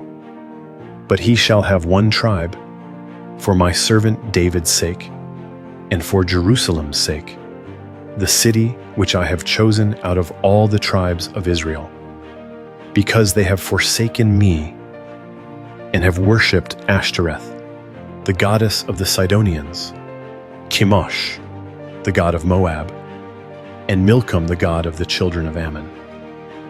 They have not walked in my ways, to do that which is right in my eyes, and to keep my statutes and my ordinances, as David his father did. However, I will not take the whole kingdom out of his hand, but I will make him prince all the days of his life for David, my servant's sake whom I chose, who kept my commandments and my statutes. But I will take the kingdom out of his son's hand, and will give it to you, even 10 tribes. I will give 1 tribe to his son, that David my servant may have a lamp always before me in Jerusalem, the city which I have chosen for myself, to put my name there. I will take you, and you shall reign according to all that your soul desires, and shall be king over Israel. It shall be, if you will listen to all that I command you, and will walk in my ways, and do that which is right in my eyes, to keep my statutes and my commandments, as David my servant did, that I will be with you, and will build you a sure house, as I built for David, and will give Israel to you. I will afflict the offspring of David for this, but not forever." Therefore, Solomon sought to kill Jeroboam. But Jeroboam arose and fled into Egypt, to Shishak king of Egypt, and was in Egypt until the death of Solomon. Now the rest of the acts of Solomon and all that he did, and his wisdom, aren't they written in the book of the acts of Solomon? The time that Solomon reigned in Jerusalem over all Israel was 40 years. Solomon slept with his fathers, and was buried in his father David's city, and Rehoboam his son reigned in his place.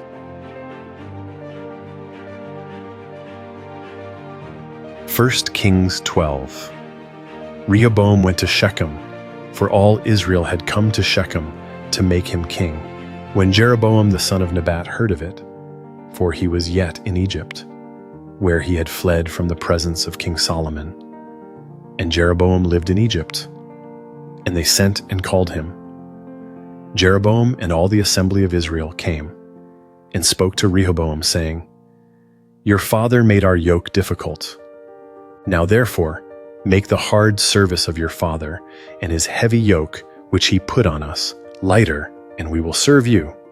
He said to them, Depart for 3 days, then come back to me. So the people departed. King Rehoboam took counsel with the old men who had stood before Solomon his father, while he yet lived, saying, What counsel do you give me to answer these people? They replied, If you will be a servant to this people today and will serve them and answer them with good words, then they will be your servants forever. But he abandoned the counsel of the old men which they had given him, and took counsel with the young men who had grown up with him, who stood before him. He said to them, What counsel do you give, that we may answer these people who have spoken to me, saying, Make the yoke that your father put on us lighter? The young men who had grown up with him said to him, Tell these people who spoke to you, saying, Your father made our yoke heavy, but make it lighter to us. Tell them, My little finger is thicker than my father's waist. Now my father burdened you with a heavy yoke, but I will add to your yoke. My father chastised you with whips, but I will chastise you with scorpions. So Jeroboam and all the people came to Rehoboam the 3rd day, as the king asked, saying, Come to me again the 3rd day.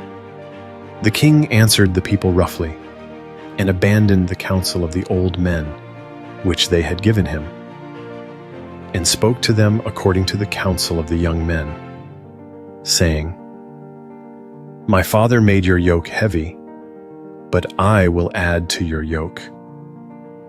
My father chastised you with whips, but I will chastise you with scorpions. So the king didn't listen to the people, for it was a thing brought about from the Lord, that he might establish his word, which the Lord spoke by Ahijah the Shilonite to Jeroboam the son of Nebat. When all Israel saw that the king didn't listen to them, the people answered the king, saying, What portion have we in David? We don't have an inheritance in the son of Jesse. To your tents, Israel. Now see to your own house, David. So Israel departed to their tents. But as for the children of Israel who lived in the cities of Judah, Rehoboam reigned over them. Then King Rehoboam sent Adonijah, who was over the men subject to forced labor, and all Israel stoned him to death with stones. King Rehoboam hurried to get himself up to his chariot, to flee to Jerusalem. So Israel rebelled against David's house to this day. When all Israel heard that Jeroboam had returned, they sent and called him to the congregation, and made him king over all Israel. There was no one who followed David's house except for the tribe of Judah only. When Rehoboam had come to Jerusalem, he assembled all the house of Judah and the tribe of Benjamin, 180,000 chosen men who were warriors, to fight against the house of Israel, to bring the kingdom again to Rehoboam, the son of Solomon. But the word of God came to Shemaiah the man of God, saying, Speak to Rehoboam the son of Solomon, king of Judah, and to all the house of Judah and Benjamin, and to the rest of the people, saying, The Lord says, You shall not go up or fight against your brothers, the children of Israel. Everyone return to his house, for this thing is from me. So they listened to the Lord's word, and returned and went their way, according to the Lord's word. Then Jeroboam built Shechem in the hill country of Ephraim and lived in it. And he went out from there and built Penuel. Jeroboam said in his heart, "Now the kingdom will return to David's house. If this people goes up to offer sacrifices in the Lord's house at Jerusalem, then the heart of this people will turn again to their Lord, even to Rehoboam king of Judah, and they will kill me and return to Rehoboam king of Judah." So the king took counsel and made 2 calves of gold, and he said to them, "It is too much for you to go up to Jerusalem. Look and behold your gods Israel, which brought you up out of the land of Egypt." He set the one in Bethel, and the other he put in Dan. This thing became a sin, for the people went even as far as Dan to worship before the one there. He made houses of high places and made priests from among all the people who were not of the sons of Levi. Jeroboam ordained a feast in the 8th month, on the 15th day of the month, like the feast that is in Judah, and he went up to the altar. He did so in Bethel, sacrificing to the calves that he had made. And he placed in Bethel the priests of the high places that he had made. He went up to the altar which he had made in Bethel on the 15th day in the 8th month, even in the month which he had devised of his own heart. And he ordained a feast for the children of Israel, and went up to the altar to burn incense.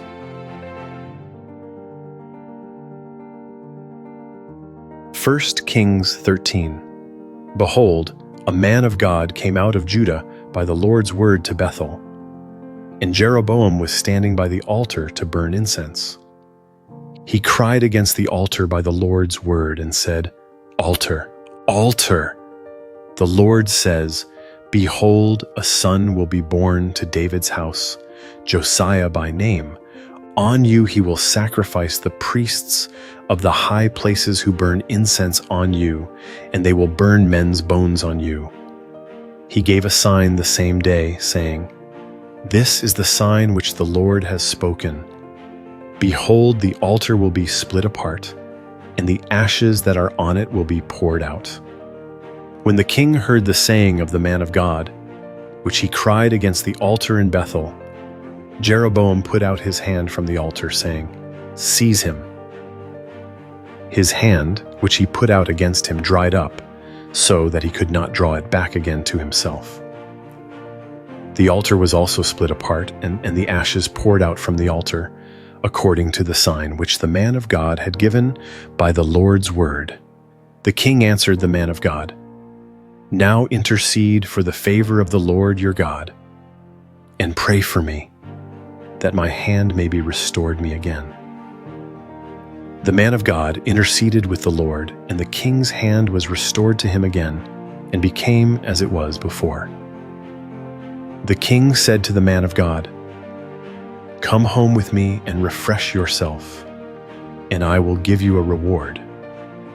The man of God said to the king, "Even if you gave me half of your house, I would not go in with you. Neither would I eat bread nor drink water in this place. For so was it commanded me by the Lord's word, saying, You shall eat no bread, drink no water, and don't return by the way that you came." So he went another way, and didn't return by the way that he came to Bethel. Now an old prophet lived in Bethel, and one of his sons came and told him all the works that the man of God had done that day in Bethel. They also told their father the words which he had spoken to the king. Their father said to them, "Which way did he go?" Now his sons had seen which way the man of God went, who came from Judah. He said to his sons, "Saddle the donkey for me." So they saddled the donkey for him, and he rode on it. He went after the man of God and found him sitting under an oak. He said to him, "Are you the man of God who came from Judah?" He said, "I am." Then he said to him, "Come home with me and eat bread." He said, "I may not return with you, nor go in with you. I will not eat bread or drink water with you in this place. For it was said to me by the Lord's word, you shall eat no bread or drink water there, and don't turn again to go by the way that you came. He said to him, I also am a prophet as you are, and an angel spoke to me by the Lord's word, saying, bring him back with you into your house, that he may eat bread and drink water. He lied to him, so he went back with him, ate bread in his house, and drank water. As they sat at the table, the Lord's word came to the prophet who brought him back. And he cried out to the man of God who came from Judah, saying, the Lord says, because you have been disobedient to the Lord's word, and have not kept the commandment which the Lord your God commanded you, but came back and have eaten bread and drank water, in the place of which he said to you, eat no bread and drink no water. Your body will not come to the tomb of your fathers. After he had eaten bread and after he drank, he saddled the donkey for the prophet whom he had brought back. When he had gone, a lion met him by the way and killed him. His body was thrown on the path, and the donkey stood by it. The lion also stood by the body. Behold, men passed by and saw the body thrown on the path, and the lion standing by the body, and they came and told it in the city where the old prophet lived. When the prophet who brought him back from the way heard of it, he said, it is the man of God who was disobedient to the Lord's word. Therefore, the Lord has delivered him to the lion, which has mauled him and slain him, according to the Lord's word, which he spoke to him. He said to his sons, saying, saddle the donkey for me, and they saddled it. He went and found his body thrown on the path, and the donkey and the lion standing by the body. The lion had not eaten the body, nor mauled the donkey. The prophet took up the body of the man of God, and laid it on the donkey, and brought it back. He came to the city of the old prophet to mourn and to bury him. He laid his body in his own grave, and they mourned over him, saying, alas, my brother. After he had buried him, he spoke to his sons, saying, when I am dead, bury me in the tomb in which the man of God is buried. Lay my bones beside his bones, for the saying which he cried by the Lord's word against the altar in Bethel, and against all the houses of the high places which are in the cities of Samaria, will surely happen. After this thing, Jeroboam didn't turn from his evil way, but again made priests of the high places from among all the people. Whoever wanted to, he consecrated him, that there might be priests of the high places. This thing became sin to the house of Jeroboam, even to cut it off and to destroy it from off the surface of the earth.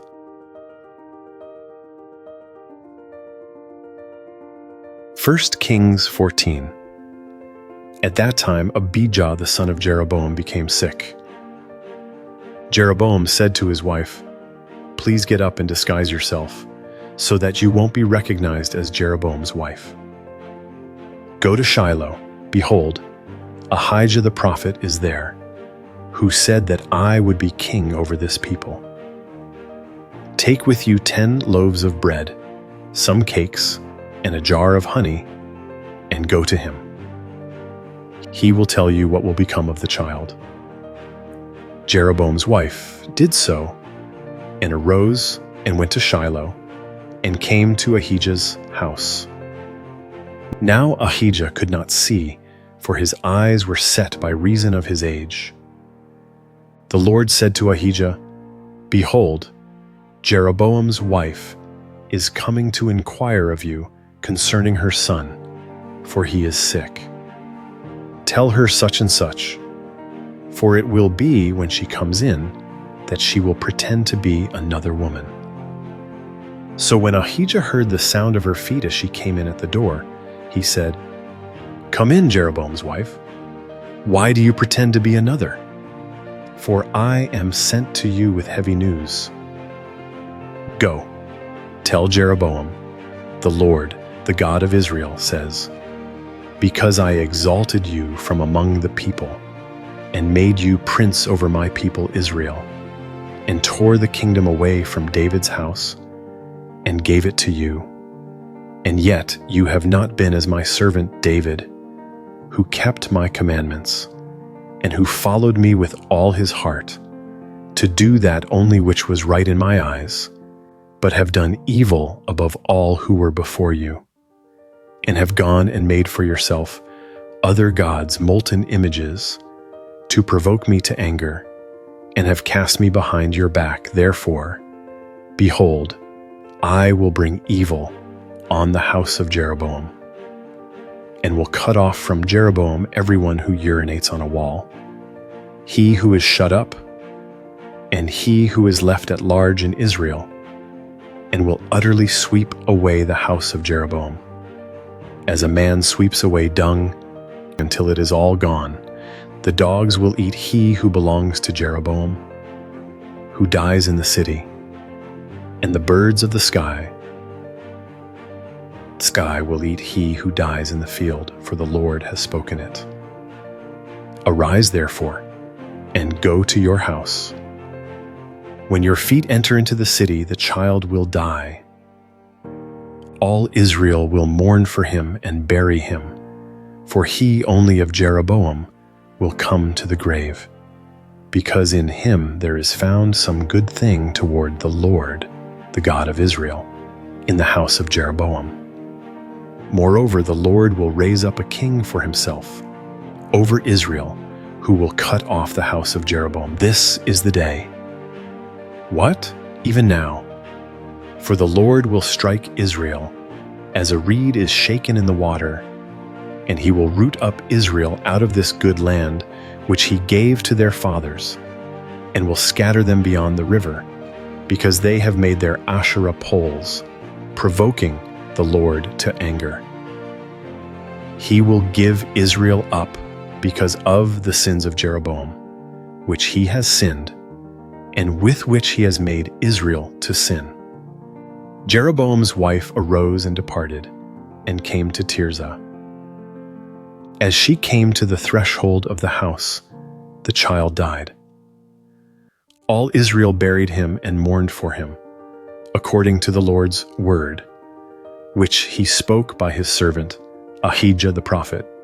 The rest of the acts of Jeroboam, how he fought and how he reigned, behold, they are written in the book of the Chronicles of the kings of Israel. The days which Jeroboam reigned were 22 years. Then he slept with his fathers, and Nadab his son reigned in his place. Rehoboam the son of Solomon reigned in Judah. Rehoboam was 41 years old when he began to reign, and he reigned 17 years in Jerusalem, the city which the Lord had chosen out of all the tribes of Israel, to put his name there. His mother's name was Naamah the Ammonitess. Judah did that which was evil in the Lord's sight, and they provoked him to jealousy with their sins which they committed, above all that their fathers had done. For they also built for themselves high places, sacred pillars, and Asherah poles on every high hill and under every green tree. There were also Sodomites in the land. They did according to all the abominations of the nations, which the Lord drove out before the children of Israel. In the 5th year of King Rehoboam, Shishak king of Egypt came up against Jerusalem, and he took away the treasures of the Lord's house and the treasures of the king's house. He even took away all of it, including all the gold shields which Solomon had made. King Rehoboam made shields of bronze in their place, and committed them to the hands of the captains of the guard, who kept the door of the king's house. It was so that as often as the king went into the Lord's house, the guard bore them and brought them back into the guard room. Now the rest of the acts of Rehoboam and all that he did, aren't they written in the book of the Chronicles of the Kings of Judah? There was war between Rehoboam and Jeroboam continually. Rehoboam slept with his fathers and was buried with his fathers in David's city. His mother's name was Naamah the Ammonitess. Abijam his son reigned in his place.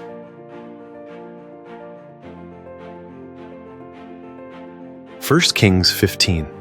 Now in the 18th year of King Jeroboam the son of Nebat, Abijam began to reign over Judah. He reigned 3 years in Jerusalem. His mother's name was Maacah, the daughter of Abishalom. He walked in all the sins of his father, which he had done before him. And his heart was not perfect with the Lord his God, as the heart of David his father.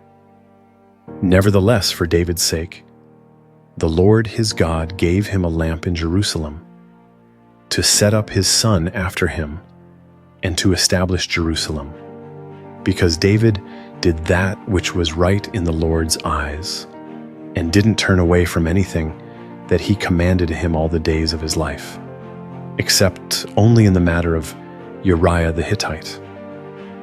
Now, there was war between Rehoboam and Jeroboam all the days of his life. The rest of the acts of Abijam and all that he did, aren't they written in the book of the Chronicles of the Kings of Judah? There was war between Abijam and Jeroboam. Abijam slept with his fathers, and they buried him in David's city, and Asa his son reigned in his place.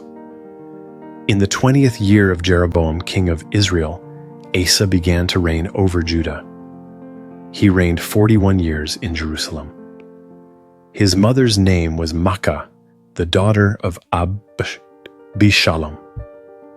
Asa did that which was right in the Lord's eyes, as David his father did. He put away the Sodomites out of the land and removed all the idols that his fathers had made. He also removed Maacah, his mother, from being queen, because she had made an abominable image for an Asherah. Asa cut down her image and burned it at the brook Kidron. But the high places were not taken away. Nevertheless, the heart of Asa was perfect with the Lord all his days. He brought into the Lord's house the things that his father had dedicated, and the things that he himself had dedicated: silver, gold, and utensils. There was war between Asa and Baasha king of Israel all their days. Baasha king of Israel went up against Judah and built Ramah, that he might not allow anyone to go out or come in to Asa king of Judah.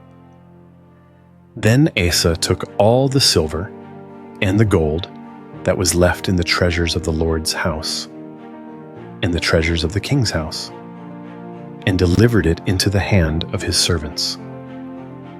Then King Asa sent them to Ben-Hadad, the son of Tabrimmon, the son of Hezion, king of Syria, who lived at Damascus, saying, "Let there be a treaty between me and you, like that between my father and your father. Behold, I have sent to you a present of silver and gold. Go, break your treaty with Baasha king of Israel, that he may depart from me."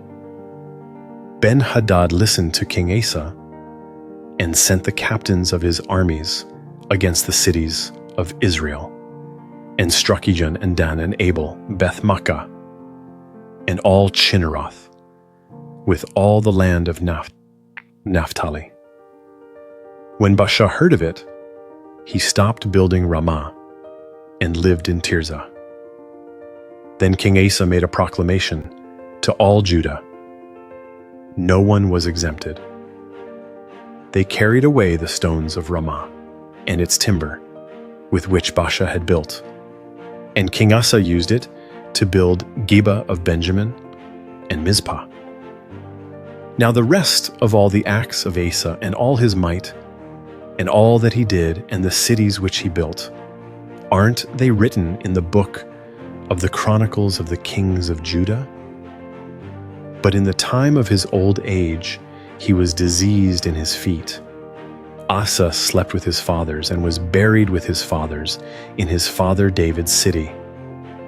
And Jehoshaphat his son reigned in his place. Nadab the son of Jeroboam began to reign over Israel in the 2nd year of Asa king of Judah. And he reigned over Israel 2 years. He did that which was evil in the Lord's sight, and walked in the way of his father, and in his sin with which he made Israel to sin. Baasha the son of Ahijah, of the house of Issachar, conspired against him, and Baasha struck him at Gibbethon, which belonged to the Philistines. For Nadab and all Israel were besieging Gibbethon. Even in the 3rd year of Asa king of Judah, Baasha killed him and reigned in his place. As soon as he was king, he struck all the house of Jeroboam.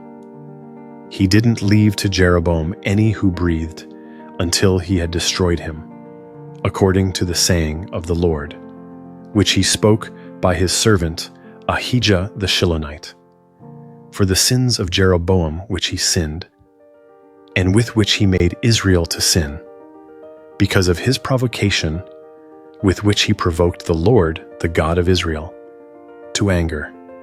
Now the rest of the acts of Nadab and all that he did, aren't they written in the book of the Chronicles of the kings of Israel? There was war between Asa and Baasha king of Israel all their days. In the 3rd year of Asa king of Judah, Baasha the son of Ahijah began to reign over all Israel in Tirzah for 24 years. He did that which was evil in the Lord's sight, and walked in the way of Jeroboam, and in his sin with which he made Israel to sin.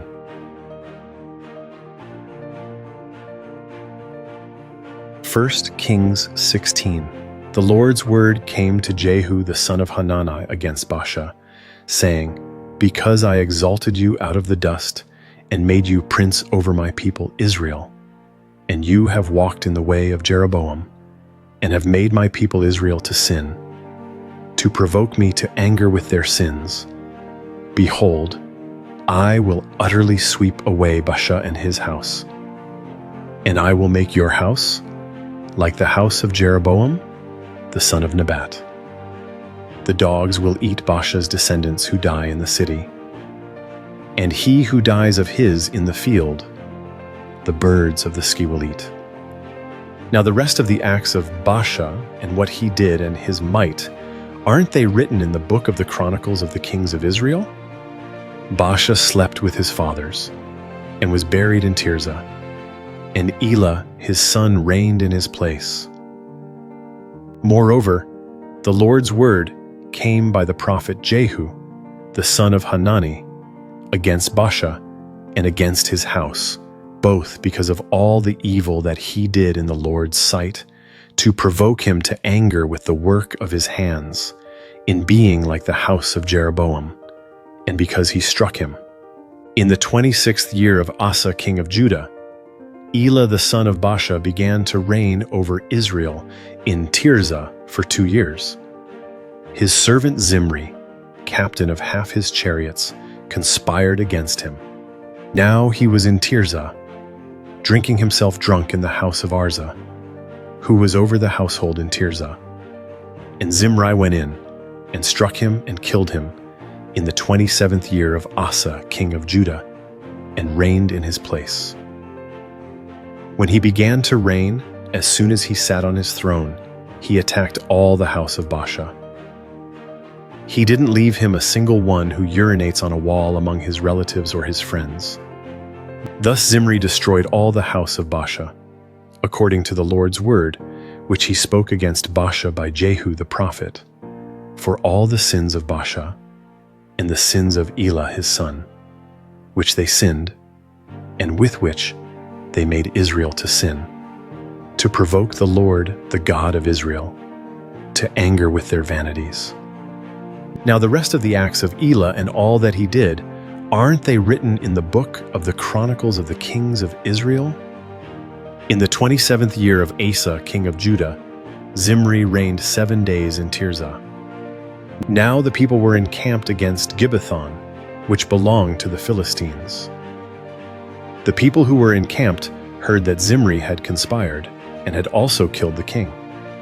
Therefore, all Israel made Omri, the captain of the army, king over Israel that day in the camp. Omri went up from Gibbethon, and all Israel with him, and they besieged Tirzah.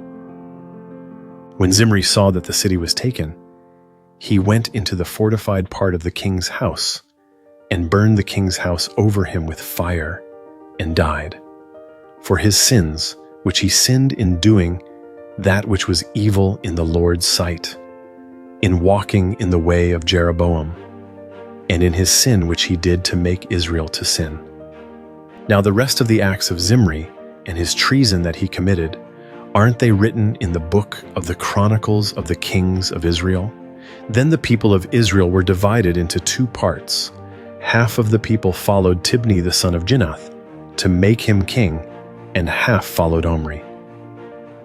But the people who followed Omri prevailed against the people who followed Tibni the son of Ginath. So Tibni died, and Omri reigned. In the 31st year of Asa, king of Judah, Omri began to reign over Israel for 12 years. He reigned 6 years in Tirzah. He bought the hill Samaria of Shemer for 2 talents of silver, and he built on the hill, and called the name of the city which he built Samaria, after the name of Shemer, the owner of the hill. Omri did that which was evil in the Lord's sight, and dealt wickedly above all who were before him. For he walked in all the way of Jeroboam the son of Nebat, and in his sins, with which he made Israel to sin, to provoke the Lord, the God of Israel, to anger with their vanities. Now the rest of the acts of Omri which he did, and his might that he showed, aren't they written in the book of the Chronicles of the Kings of Israel? So Omri slept with his fathers and was buried in Samaria, and Ahab his son reigned in his place. In the 38th year of Asa king of Judah, Ahab the son of Omri began to reign over Israel. Ahab the son of Omri reigned over Israel in Samaria 22 years.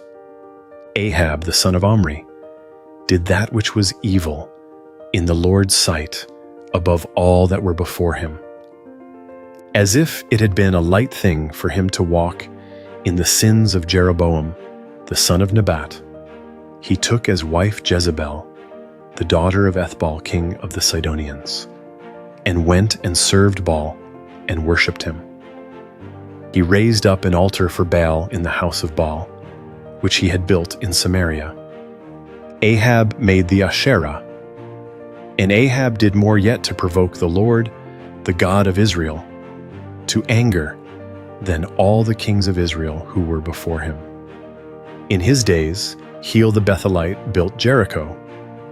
He laid its foundation with the loss of Abiram his firstborn, and set up its gates with the loss of his youngest son Segub, according to the Lord's word, which he spoke by Joshua the son of Nun.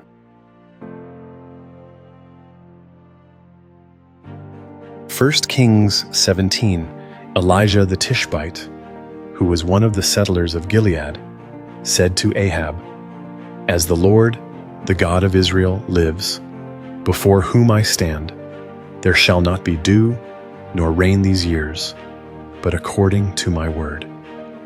Then the Lord's word came to him, saying, "Go away from here. Turn eastward and hide yourself by the brook Cherith, that is before the Jordan. You shall drink from the brook. I have commanded the ravens to feed you there." So he went and did according to the Lord's word, for he went and lived by the brook Cherith, that is before the Jordan. The ravens brought him bread and meat in the morning, and bread and meat in the evening, and he drank from the brook. After a while the brook dried up, because there was no rain in the land. the Lord's word came to him, saying, "Arise, go to Zarephath, which belongs to Sidon, and stay there. Behold, I have commanded a widow there to sustain you." So he arose and went to Zarephath. And when he came to the gate of the city, behold, a widow was there gathering sticks. He called to her and said, "Please, get me a little water in a jar that I may drink." As she was going to get it, he called to her and said, "Please bring me a morsel of bread in your hand." She said, "As the Lord your God lives, I don't have anything baked, but only a handful of meal in a jar and a little oil in a jar. Behold, I am gathering 2 sticks, that I may go in and bake it for me and my son, that we may eat it and die." Elijah said to her, "Don't be afraid. Go and do as you have said, but make me a little cake from it first and bring it out to me, and afterward make some for you and for your son. For the Lord, the God of Israel, says, the jar of meal will not run out, and the jar of oil will not fail, until the day that the Lord sends rain on the earth." She went and did according to the saying of Elijah, and he and her household ate many days. The jar of meal didn't run out, and the jar of oil didn't fail, according to the Lord's word, which he spoke by Elijah. After these things, the son of the woman, the mistress of the house, became sick, and his sickness was so severe that there was no breath left in him. She said to Elijah, "What have I to do with you, you man of God? You have come to me to bring my sin to memory and to kill my son." He said to her, "Give me your son." He took him out of her bosom and carried him up into the room where he stayed, and laid him on his own bed. He cried to the Lord and said, "Lord my God, have you also brought evil on the widow with whom I am staying by killing her son?"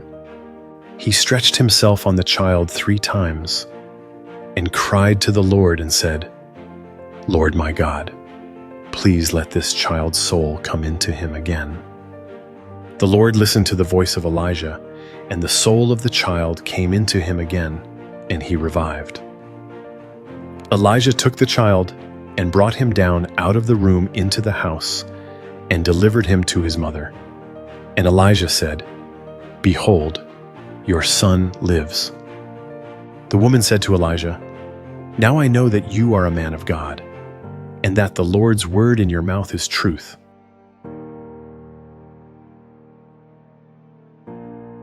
1 Kings 18. After many days, the Lord's word came to Elijah in the 3rd year, saying, "Go, show yourself to Ahab, and I will send rain on the earth." Elijah went to show himself to Ahab. The famine was severe in Samaria. Ahab called Obadiah, who was over the household. Now Obadiah feared the Lord greatly, for when Jezebel cut off the Lord's prophets, Obadiah took 100 prophets and hid them 50 to a cave, and fed them with bread and water. Ahab said to Obadiah, "Go through the land to all the springs of water and to all the brooks. Perhaps we may find grass and save the horses and mules alive, that we not lose all the animals." So they divided the land between them to pass throughout it. Ahab went one way by himself, and Obadiah went another way by himself. As Obadiah was on the way, behold, Elijah met him. He recognized him and fell on his face and said, "Is it you, my lord Elijah?" He answered him, "It is I." "Go, tell your lord, behold, Elijah is here." He said, "How have I sinned that you would deliver your servant into the hand of Ahab to kill me? As the Lord your God lives, there is no nation or kingdom where my lord has not sent to seek you." When they said, "He is not here," He took an oath of the kingdom and nation that they didn't find you. Now you say, go, tell your Lord, behold, Elijah is here. It will happen as soon as I leave you, that the Lord's Spirit will carry you I don't know where. And so when I come and tell Ahab and he can't find you, he will kill me. But I, your servant, have feared the Lord from my youth. Wasn't it told my Lord what I did when Jezebel killed the Lord's prophets? How I hid 100 men of the Lord's prophets with 50 to a cave and fed them with bread and water? Now you say, go, tell your Lord, behold, Elijah is here. He will kill me. Elijah said, as the Lord of armies lives, before whom I stand, I will surely show myself to him today. So Obadiah went to meet Ahab and told him, and Ahab went to meet Elijah. When Ahab saw Elijah, Ahab said to him, is that you, you troubler of Israel? He answered, I have not troubled Israel, but you and your father's house, in that you have forsaken the Lord's commandments, and you have followed the Baals. Now therefore send, and gather to me all Israel to Mount Carmel, and 450 of the prophets of Baal and 400 of the prophets of the Asherah, who eat at Jezebel's table. So Ahab sent to all the children of Israel and gathered the prophets together to Mount Carmel. Elijah came near to all the people and said, how long will you waver between the two sides? If the Lord is God, follow him. But if Baal, then follow him. The people didn't say a word. Then Elijah said to the people, I, even I only, am left as a prophet of the Lord, but Baal's prophets are 450 men. Let them therefore give us 2 bulls, and let them choose 1 bull for themselves, and cut it in pieces, and lay it on the wood, and put no fire under. And I will dress the other bull, and lay it on the wood, and put no fire under it. You call on the name of your God, and I will call on the Lord's name. The God who answers by fire, let him be God. All the people answered, what you say is good. Elijah said to the prophets of Baal, choose 1 bull for yourselves, and dress it first, for you are many. And call on the name of your God, but put no fire under it. They took the bull which was given them, and they dressed it, and called on the name of Baal from morning even until noon, saying, Baal, hear us. But there was no voice, and nobody answered. They leaped about the altar which was made. At noon Elijah mocked them and said, cry aloud, for he is a god. Either he is deep in thought, or he has gone somewhere, or he is on a journey, or perhaps he sleeps and must be awakened. They cried aloud and cut themselves in their way with knives and lances until the blood gushed out on them. When midday was past, they prophesied until the time of the evening offering. But there was no voice, no answer, and nobody paid attention. Elijah said to all the people, come near to me. And all the people came near to him. He repaired the Lord's altar that had been thrown down. Elijah took 12 stones, according to the number of the tribes of the sons of Jacob, to whom the Lord's word came, saying, Israel shall be your name. With the stones he built an altar in the Lord's name. He made a trench around the altar large enough to contain 2 seahs of seed. He put the wood in order and cut the bull in pieces and laid it on the wood. He said, fill 4 jars with water and pour it on the burnt offering and on the wood. He said, do it a second time. And they did it the second time. He said, do it a third time. And they did it the third time. The water ran around the altar, and he also filled the trench with water. At the time of the evening offering, Elijah the prophet came near and said, Lord, the God of Abraham, of Isaac, and of Israel, let it be known today that you are God in Israel, and that I am your servant, and that I have done all these things at your word. Hear me, Lord, hear me, that this people may know that you, Lord, are God, and that you have turned their heart back again." Then the Lord's fire fell and consumed the burnt offering, the wood, the stones, and the dust, and it licked up the water that was in the trench. When all the people saw it, they fell on their faces. They said, "The Lord, He is God. The Lord, He is God." Elijah said to them, "Seize the prophets of Baal. Don't let one of them escape." They seized them, and Elijah brought them down to the brook Kishon and killed them there. Elijah said to Ahab, "Get up, eat and drink, for there is the sound of abundance of rain." So Ahab went up to eat and to drink. Elijah went up to the top of Carmel, and he bowed himself down on the earth and put his face between his knees. He said to his servant, "Go up now and look toward the sea." He went up and looked, then said, "There is nothing." He said, "Go again 7 times." On the 7th time he said, "Behold, a small cloud like a man's hand is rising out of the sea." He said, "Go up, tell Ahab, get ready and go down, so that the rain doesn't stop you." In a little while, the sky grew black with clouds and wind, and there was a great rain. Ahab rode and went to Jezreel. The Lord's hand was on Elijah, and he tucked his cloak into his belt and ran before Ahab to the entrance of Jezreel.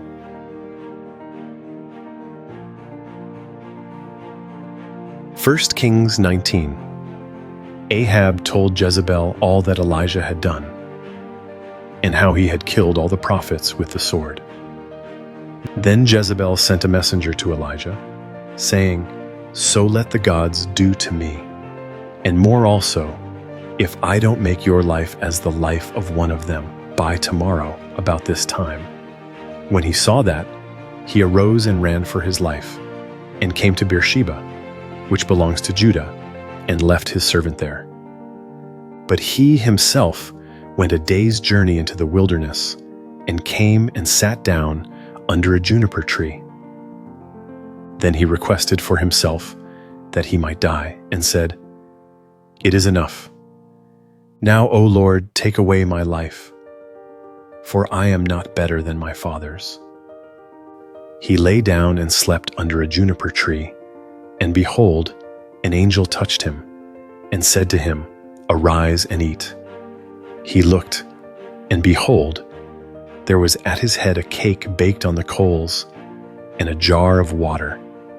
He ate and drank and lay down again. The Lord's angel came again the 2nd time, and touched him, and said, "Arise and eat, because the journey is too great for you." He arose, and ate and drank, and went in the strength of that food 40 days and 40 nights to Horeb, God's mountain. He came to a cave there, and camped there, and behold, the Lord's word came to him, and he said to him, "What are you doing here, Elijah?" He said, "I have been very jealous for the Lord, the God of armies. For the children of Israel have forsaken your covenant, thrown down your altars, and killed your prophets with the sword. I, even I only, am left, and they seek my life to take it away." He said, "Go out and stand on the mountain before the Lord." Behold, the Lord passed by, and a great and strong wind tore the mountains and broke in pieces the rocks before the Lord. But the Lord was not in the wind. After the wind, there was an earthquake, but the Lord was not in the earthquake. After the earthquake, a fire passed, but the Lord was not in the fire. After the fire, there was a still small voice. When Elijah heard it, he wrapped his face in his mantle, went out, and stood in the entrance of the cave. Behold, a voice came to him and said, "What are you doing here, Elijah?" He said, I have been very jealous for the Lord, the God of armies. For the children of Israel have forsaken your covenant, thrown down your altars, and killed your prophets with the sword. I, even I only, am left, and they seek my life to take it away. The Lord said to him, Go, return on your way to the wilderness of Damascus. When you arrive, anoint Hazael to be king over Syria. Anoint Jehu the son of Nimshi to be king over Israel. And anoint Elisha the son of Shaphat of Abel-Meholah to be prophet in your place. He who escapes from the sword of Hazael, Jehu will kill. And he who escapes from the sword of Jehu, Elisha will kill. Yet I reserved 7,000 in Israel, all the knees of which have not bowed to Baal, and every mouth which has not kissed him. So he departed from there and found Elisha the son of Shaphat, who was plowing with 12 yoke of oxen before him, and he with the 12th. Elijah went over to him and put his mantle on him. Elisha left the oxen and ran after Elijah and said, Let me please kiss my father and my mother, and then I will follow you. He said to him, Go back again, for what have I done to you? He returned from following him, and took the yoke of oxen, killed them, and boiled their meat with the oxen's equipment, and gave to the people. And they ate. Then he arose and went after Elijah, and served him.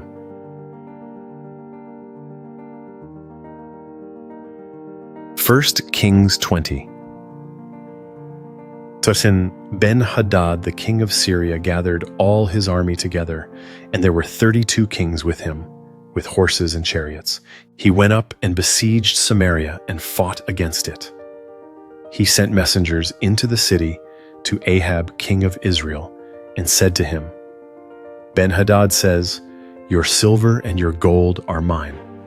Your wives also and your children, even the best, are mine. The king of Israel answered, It is according to your saying, my lord, O king. I am yours, and all that I have. The messengers came again and said, Ben-Hadad says, I sent indeed to you, saying, You shall deliver me your silver, your gold, your wives, and your children. But I will send my servants to you tomorrow about this time, and they will search your house and the houses of your servants. Whatever is pleasant in your eyes, they will put it in their hand and take it away. Then the king of Israel called all the elders of the land and said, Please notice how this man seeks mischief. For he sent to me for my wives, and for my children, and for my silver, and for my gold. And I didn't deny him. All the elders and all the people said to him, Don't listen, and don't consent. Therefore he said to the messengers of Ben-Hadad, Tell my lord the king, all that you sent for to your servant at the first I will do, but this thing I cannot do. The messengers departed and brought him back the message. Ben-Hadad sent to him and said, The gods do so to me, and more also, if the dust of Samaria will be enough for handfuls for all the people who follow me. The king of Israel answered, Tell him, don't let him who puts on his armor brag like he who takes it off.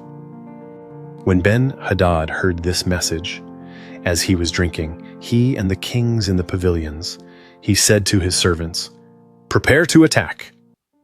So they prepared to attack the city. Behold, a prophet came near to Ahab king of Israel and said, The Lord says, Have you seen all this great multitude? Behold, I will deliver it into your hand today. Then you will know that I am the Lord. Ahab said, By whom? He said, The Lord says, By the young men of the princes of the provinces. Then he said, Who shall begin the battle? He answered, You. Then he mustered the young men of the princes of the provinces, and they were 232. After them, he mustered all the people, even all the children of Israel, being 7,000. They went out at noon, but Ben-Hadad was drinking himself drunk in the pavilions, he and the kings, the 32 kings who helped him. The young men of the princes of the provinces went out first. And Ben-Hadad sent out, and they told him, saying, Men are coming out from Samaria. He said, If they have come out for peace, take them alive. Or if they have come out for war, take them alive. So these went out of the city, the young men of the princes of the provinces, and the army which followed them. They each killed his man. The Syrians fled, and Israel pursued them. Ben-Hadad, the king of Syria, escaped on a horse with horsemen. The king of Israel went out and struck the horses and chariots, and killed the Syrians with a great slaughter. The prophet came near to the king of Israel and said to him, Go, strengthen yourself, and plan what you must do, for at the return of the year, the king of Syria will come up against you. The servants of the king of Syria said to him, Their God is a God of the hills. Therefore they were stronger than we. But let's fight against them in the plain, and surely we will be stronger than they. Do this thing. Take the kings away, every man out of his place, and put captains in their place. Muster an army like the army that you have lost, horse for horse and chariot for chariot. We will fight against them in the plain, and surely we will be stronger than they are. He listened to their voice and did so. At the return of the year, Ben-Hadad mustered the Syrians and went up to Aphek to fight against Israel. The children of Israel were mustered and given provisions and went against them. The children of Israel encamped before them like two little flocks of young goats, but the Syrians filled the country. A man of God came near and spoke to the king of Israel and said, The Lord says, Because the Syrians have said, The Lord is a God of the hills, but he is not a God of the valleys. Therefore, I will deliver all this great multitude into your hand, and you shall know that I am the Lord. They encamped opposite each other for 7 days. Then on the 7th day the battle was joined, and the children of Israel killed 100,000 footmen of the Syrians in 1 day. But the rest fled to Aphek, into the city, and the wall fell on 27,000 men who were left. Ben-Hadad fled and came into the city, into an inner room. His servants said to him, See now, we have heard that the kings of the house of Israel are merciful kings. Please let us put sackcloth on our bodies and ropes on our heads and go out to the king of Israel. Maybe he will save your life. So they put sackcloth on their bodies and ropes on their heads, and came to the king of Israel and said, Your servant Ben-Hadad says, Please let me live. He said, Is he still alive? He is my brother. Now the men observed diligently and hurried to take this phrase. And they said, Your brother Ben-Hadad. Then he said, Go, bring him. Then Ben-Hadad came out to him, and he caused him to come up into the chariot. Ben-Hadad said to him, The cities which my father took from your father, I will restore. You shall make streets for yourself in Damascus, as my father made in Samaria. I, said Ahab, will let you go with this covenant. So he made a covenant with him and let him go. A certain man of the sons of the prophets said to his fellow, by the Lord's word, Please strike me. The man refused to strike him. Then he said to him, Because you have not obeyed the Lord's voice, behold, as soon as you have departed from me, a lion will kill you. As soon as he had departed from him, a lion found him and killed him. Then he found another man and said, Please strike me. The man struck him and wounded him. So the prophet departed and waited for the king by the way, and disguised himself with his headband over his eyes. As the king passed by, he cried to the king, and he said, "Your servant went out into the middle of the battle, and behold, a man came over and brought a man to me, and said, 'Guard this man. If by any means he is missing, then your life shall be for his life, or else you shall pay a talent of silver.' As your servant was busy here and there, he was gone. The king of Israel said to him, 'So shall your judgment be. You yourself have decided it.' He hurried and took the headband away from his eyes, and the king of Israel recognized that he was one of the prophets. He said to him, 'The Lord says, because you have let go out of your hand the man whom I had devoted to destruction, therefore your life will take the place of his life, and your people take the place of his people.' The king of Israel went to his house sullen and angry, and came to Samaria.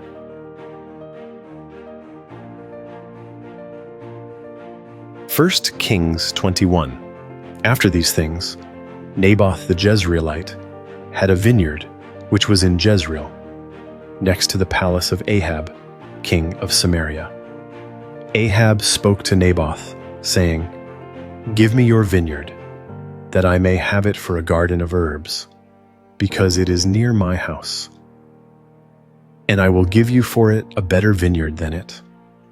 Or, if it seems good to you, I will give you its worth in money.' Naboth said to Ahab, 'May the Lord forbid me, that I should give the inheritance of my fathers to you.' Ahab came into his house sullen and angry, because of the word which Naboth the Jezreelite had spoken to him, for he had said, 'I will not give you the inheritance of my fathers.' He laid himself down on his bed and turned away his face, and would eat no bread. But Jezebel his wife came to him and said to him, 'Why is your spirit so sad that you eat no bread?' He said to her, 'Because I spoke to Naboth the Jezreelite, and said to him, Give me your vineyard for money, or else, if it pleases you, I will give you another vineyard for it.' He answered, 'I will not give you my vineyard.' Jezebel, his wife, said to him, 'Do you now govern the kingdom of Israel? Arise and eat bread, and let your heart be merry. I will give you the vineyard of Naboth the Jezreelite.' So she wrote letters in Ahab's name and sealed them with his seal, and sent the letters to the elders and to the nobles who were in his city, who lived with Naboth.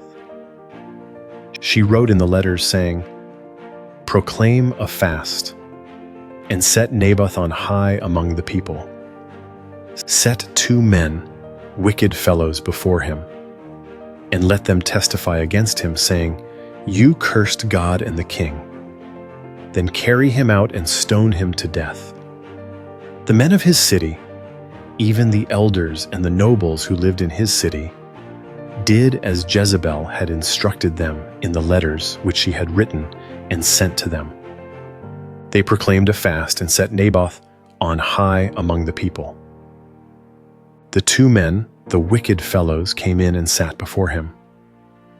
The wicked fellows testified against him, even against Naboth, in the presence of the people, saying, Naboth cursed God and the king. Then they carried him out of the city and stoned him to death with stones. Then they sent to Jezebel, saying, Naboth has been stoned and is dead. When Jezebel heard that Naboth had been stoned and was dead, Jezebel said to Ahab, Arise, take possession of the vineyard of Naboth the Jezreelite, which he refused to give you for money. For Naboth is not alive, but dead. When Ahab heard that Naboth was dead, Ahab rose up to go down to the vineyard of Naboth the Jezreelite, to take possession of it. The Lord's word came to Elijah the Tishbite, saying, Arise, go down to meet Ahab king of Israel, who dwells in Samaria. Behold, He is in the vineyard of Naboth, where he has gone down to take possession of it. You shall speak to him, saying, The Lord says, Have you killed and also taken possession? You shall speak to him, saying, The Lord says, In the place where dogs licked the blood of Naboth, dogs will lick your blood, even yours. Ahab said to Elijah, Have you found me, my enemy?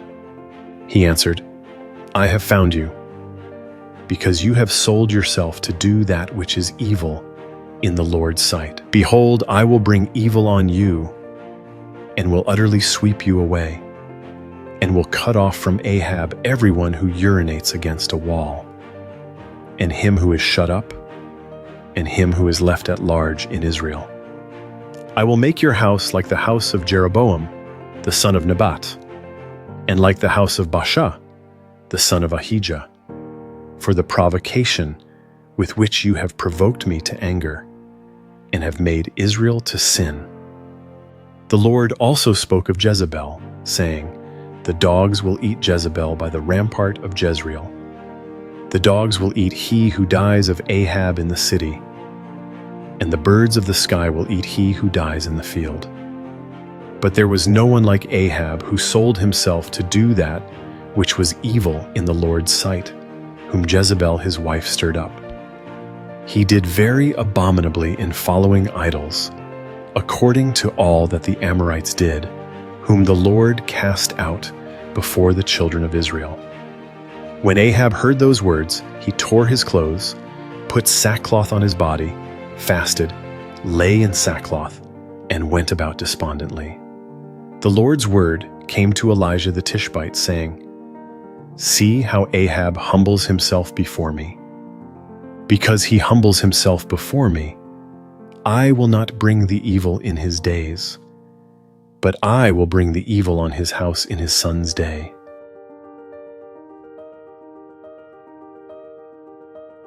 First Kings 22.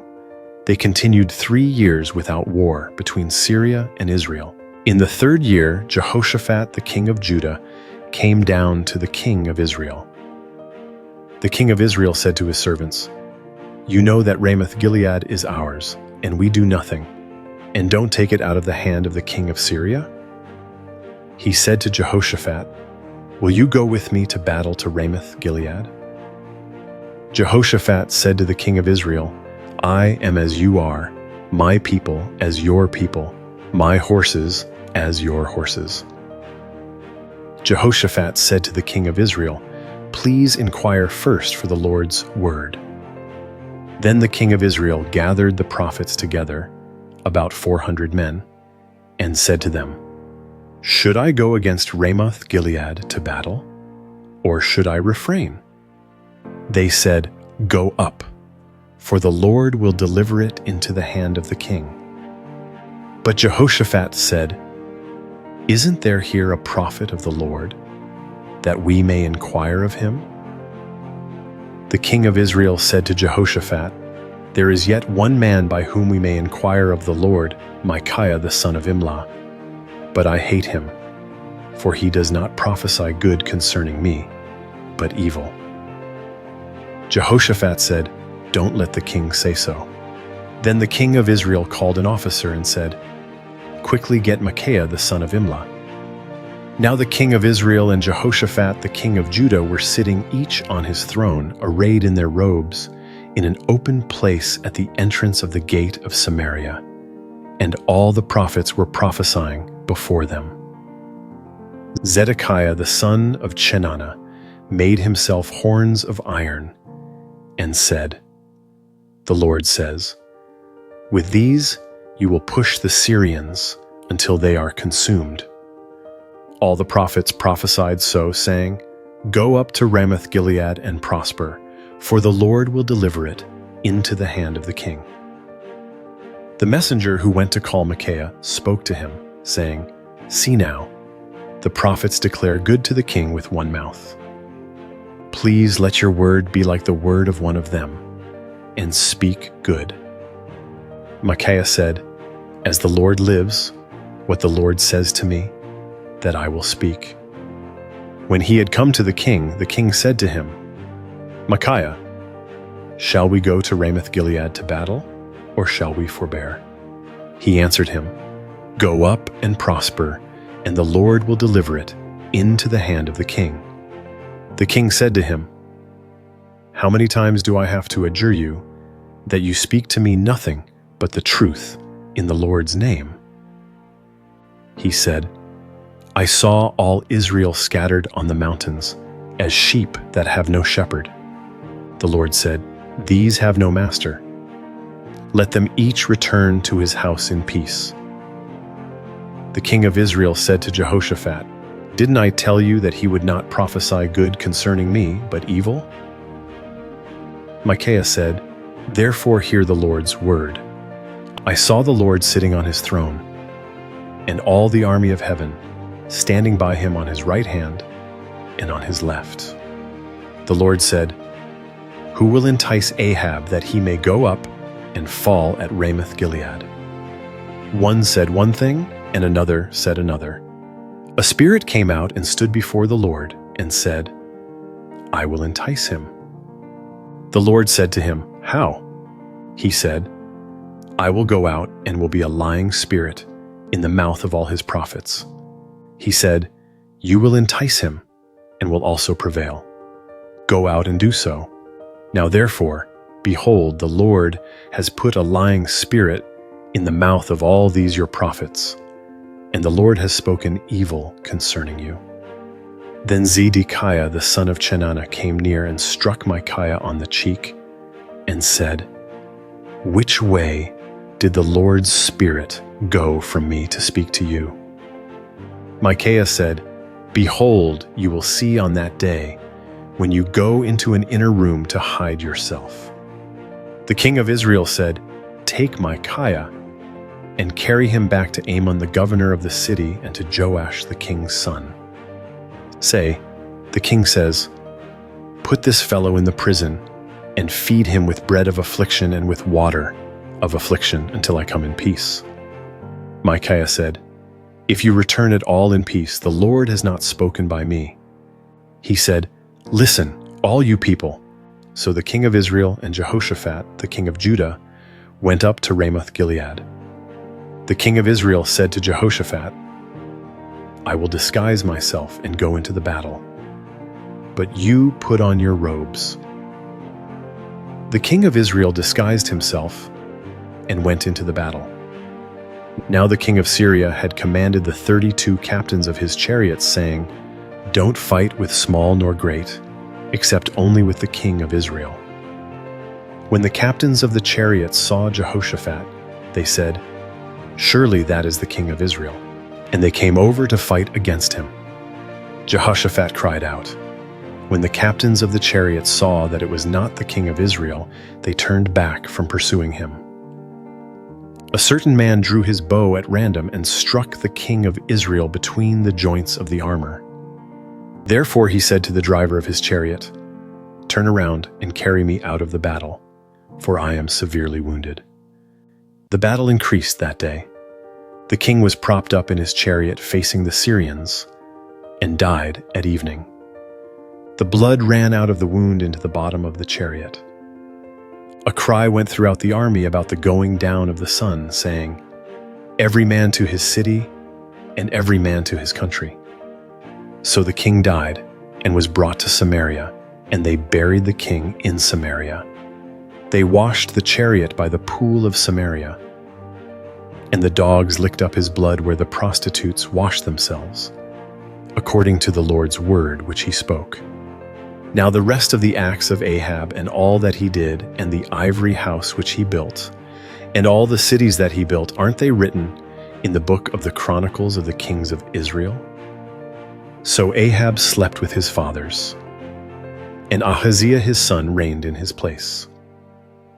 Jehoshaphat the son of Asa began to reign over Judah in the 4th year of Ahab, king of Israel. Jehoshaphat was 35 years old when he began to reign, and he reigned 25 years in Jerusalem. His mother's name was Azubah, the daughter of Shilhi. He walked in all the way of Asa his father. He didn't turn away from it, doing that which was right in the Lord's eyes. However, the high places were not taken away. The people still sacrificed and burned incense on the high places. Jehoshaphat made peace with the king of Israel. Now the rest of the acts of Jehoshaphat and his might that he showed and how he fought, aren't they written in the book of the Chronicles of the kings of Judah? The remnant of the Sodomites that remained in the days of his father Asa, he put away out of the land. There was no king in Edom. A deputy ruled. Jehoshaphat made ships of Tarshish to go to Ophir for gold, but they didn't go, for the ships wrecked at Ezion-Geber. Then Ahaziah the son of Ahab said to Jehoshaphat, "Let my servants go with your servants in the ships." But Jehoshaphat would not. Jehoshaphat slept with his fathers, and was buried with his fathers in his father David's city. Jehoram his son reigned in his place. Ahaziah the son of Ahab began to reign over Israel in Samaria in the 17th year of Jehoshaphat, king of Judah, and he reigned 2 years over Israel. He did that which was evil in the Lord's sight, and walked in the way of his father, and in the way of his mother, and in the way of Jeroboam the son of Nebat, in which he made Israel to sin. He served Baal and worshipped him, and provoked the Lord, the God of Israel, to anger in all the ways that his father had done so.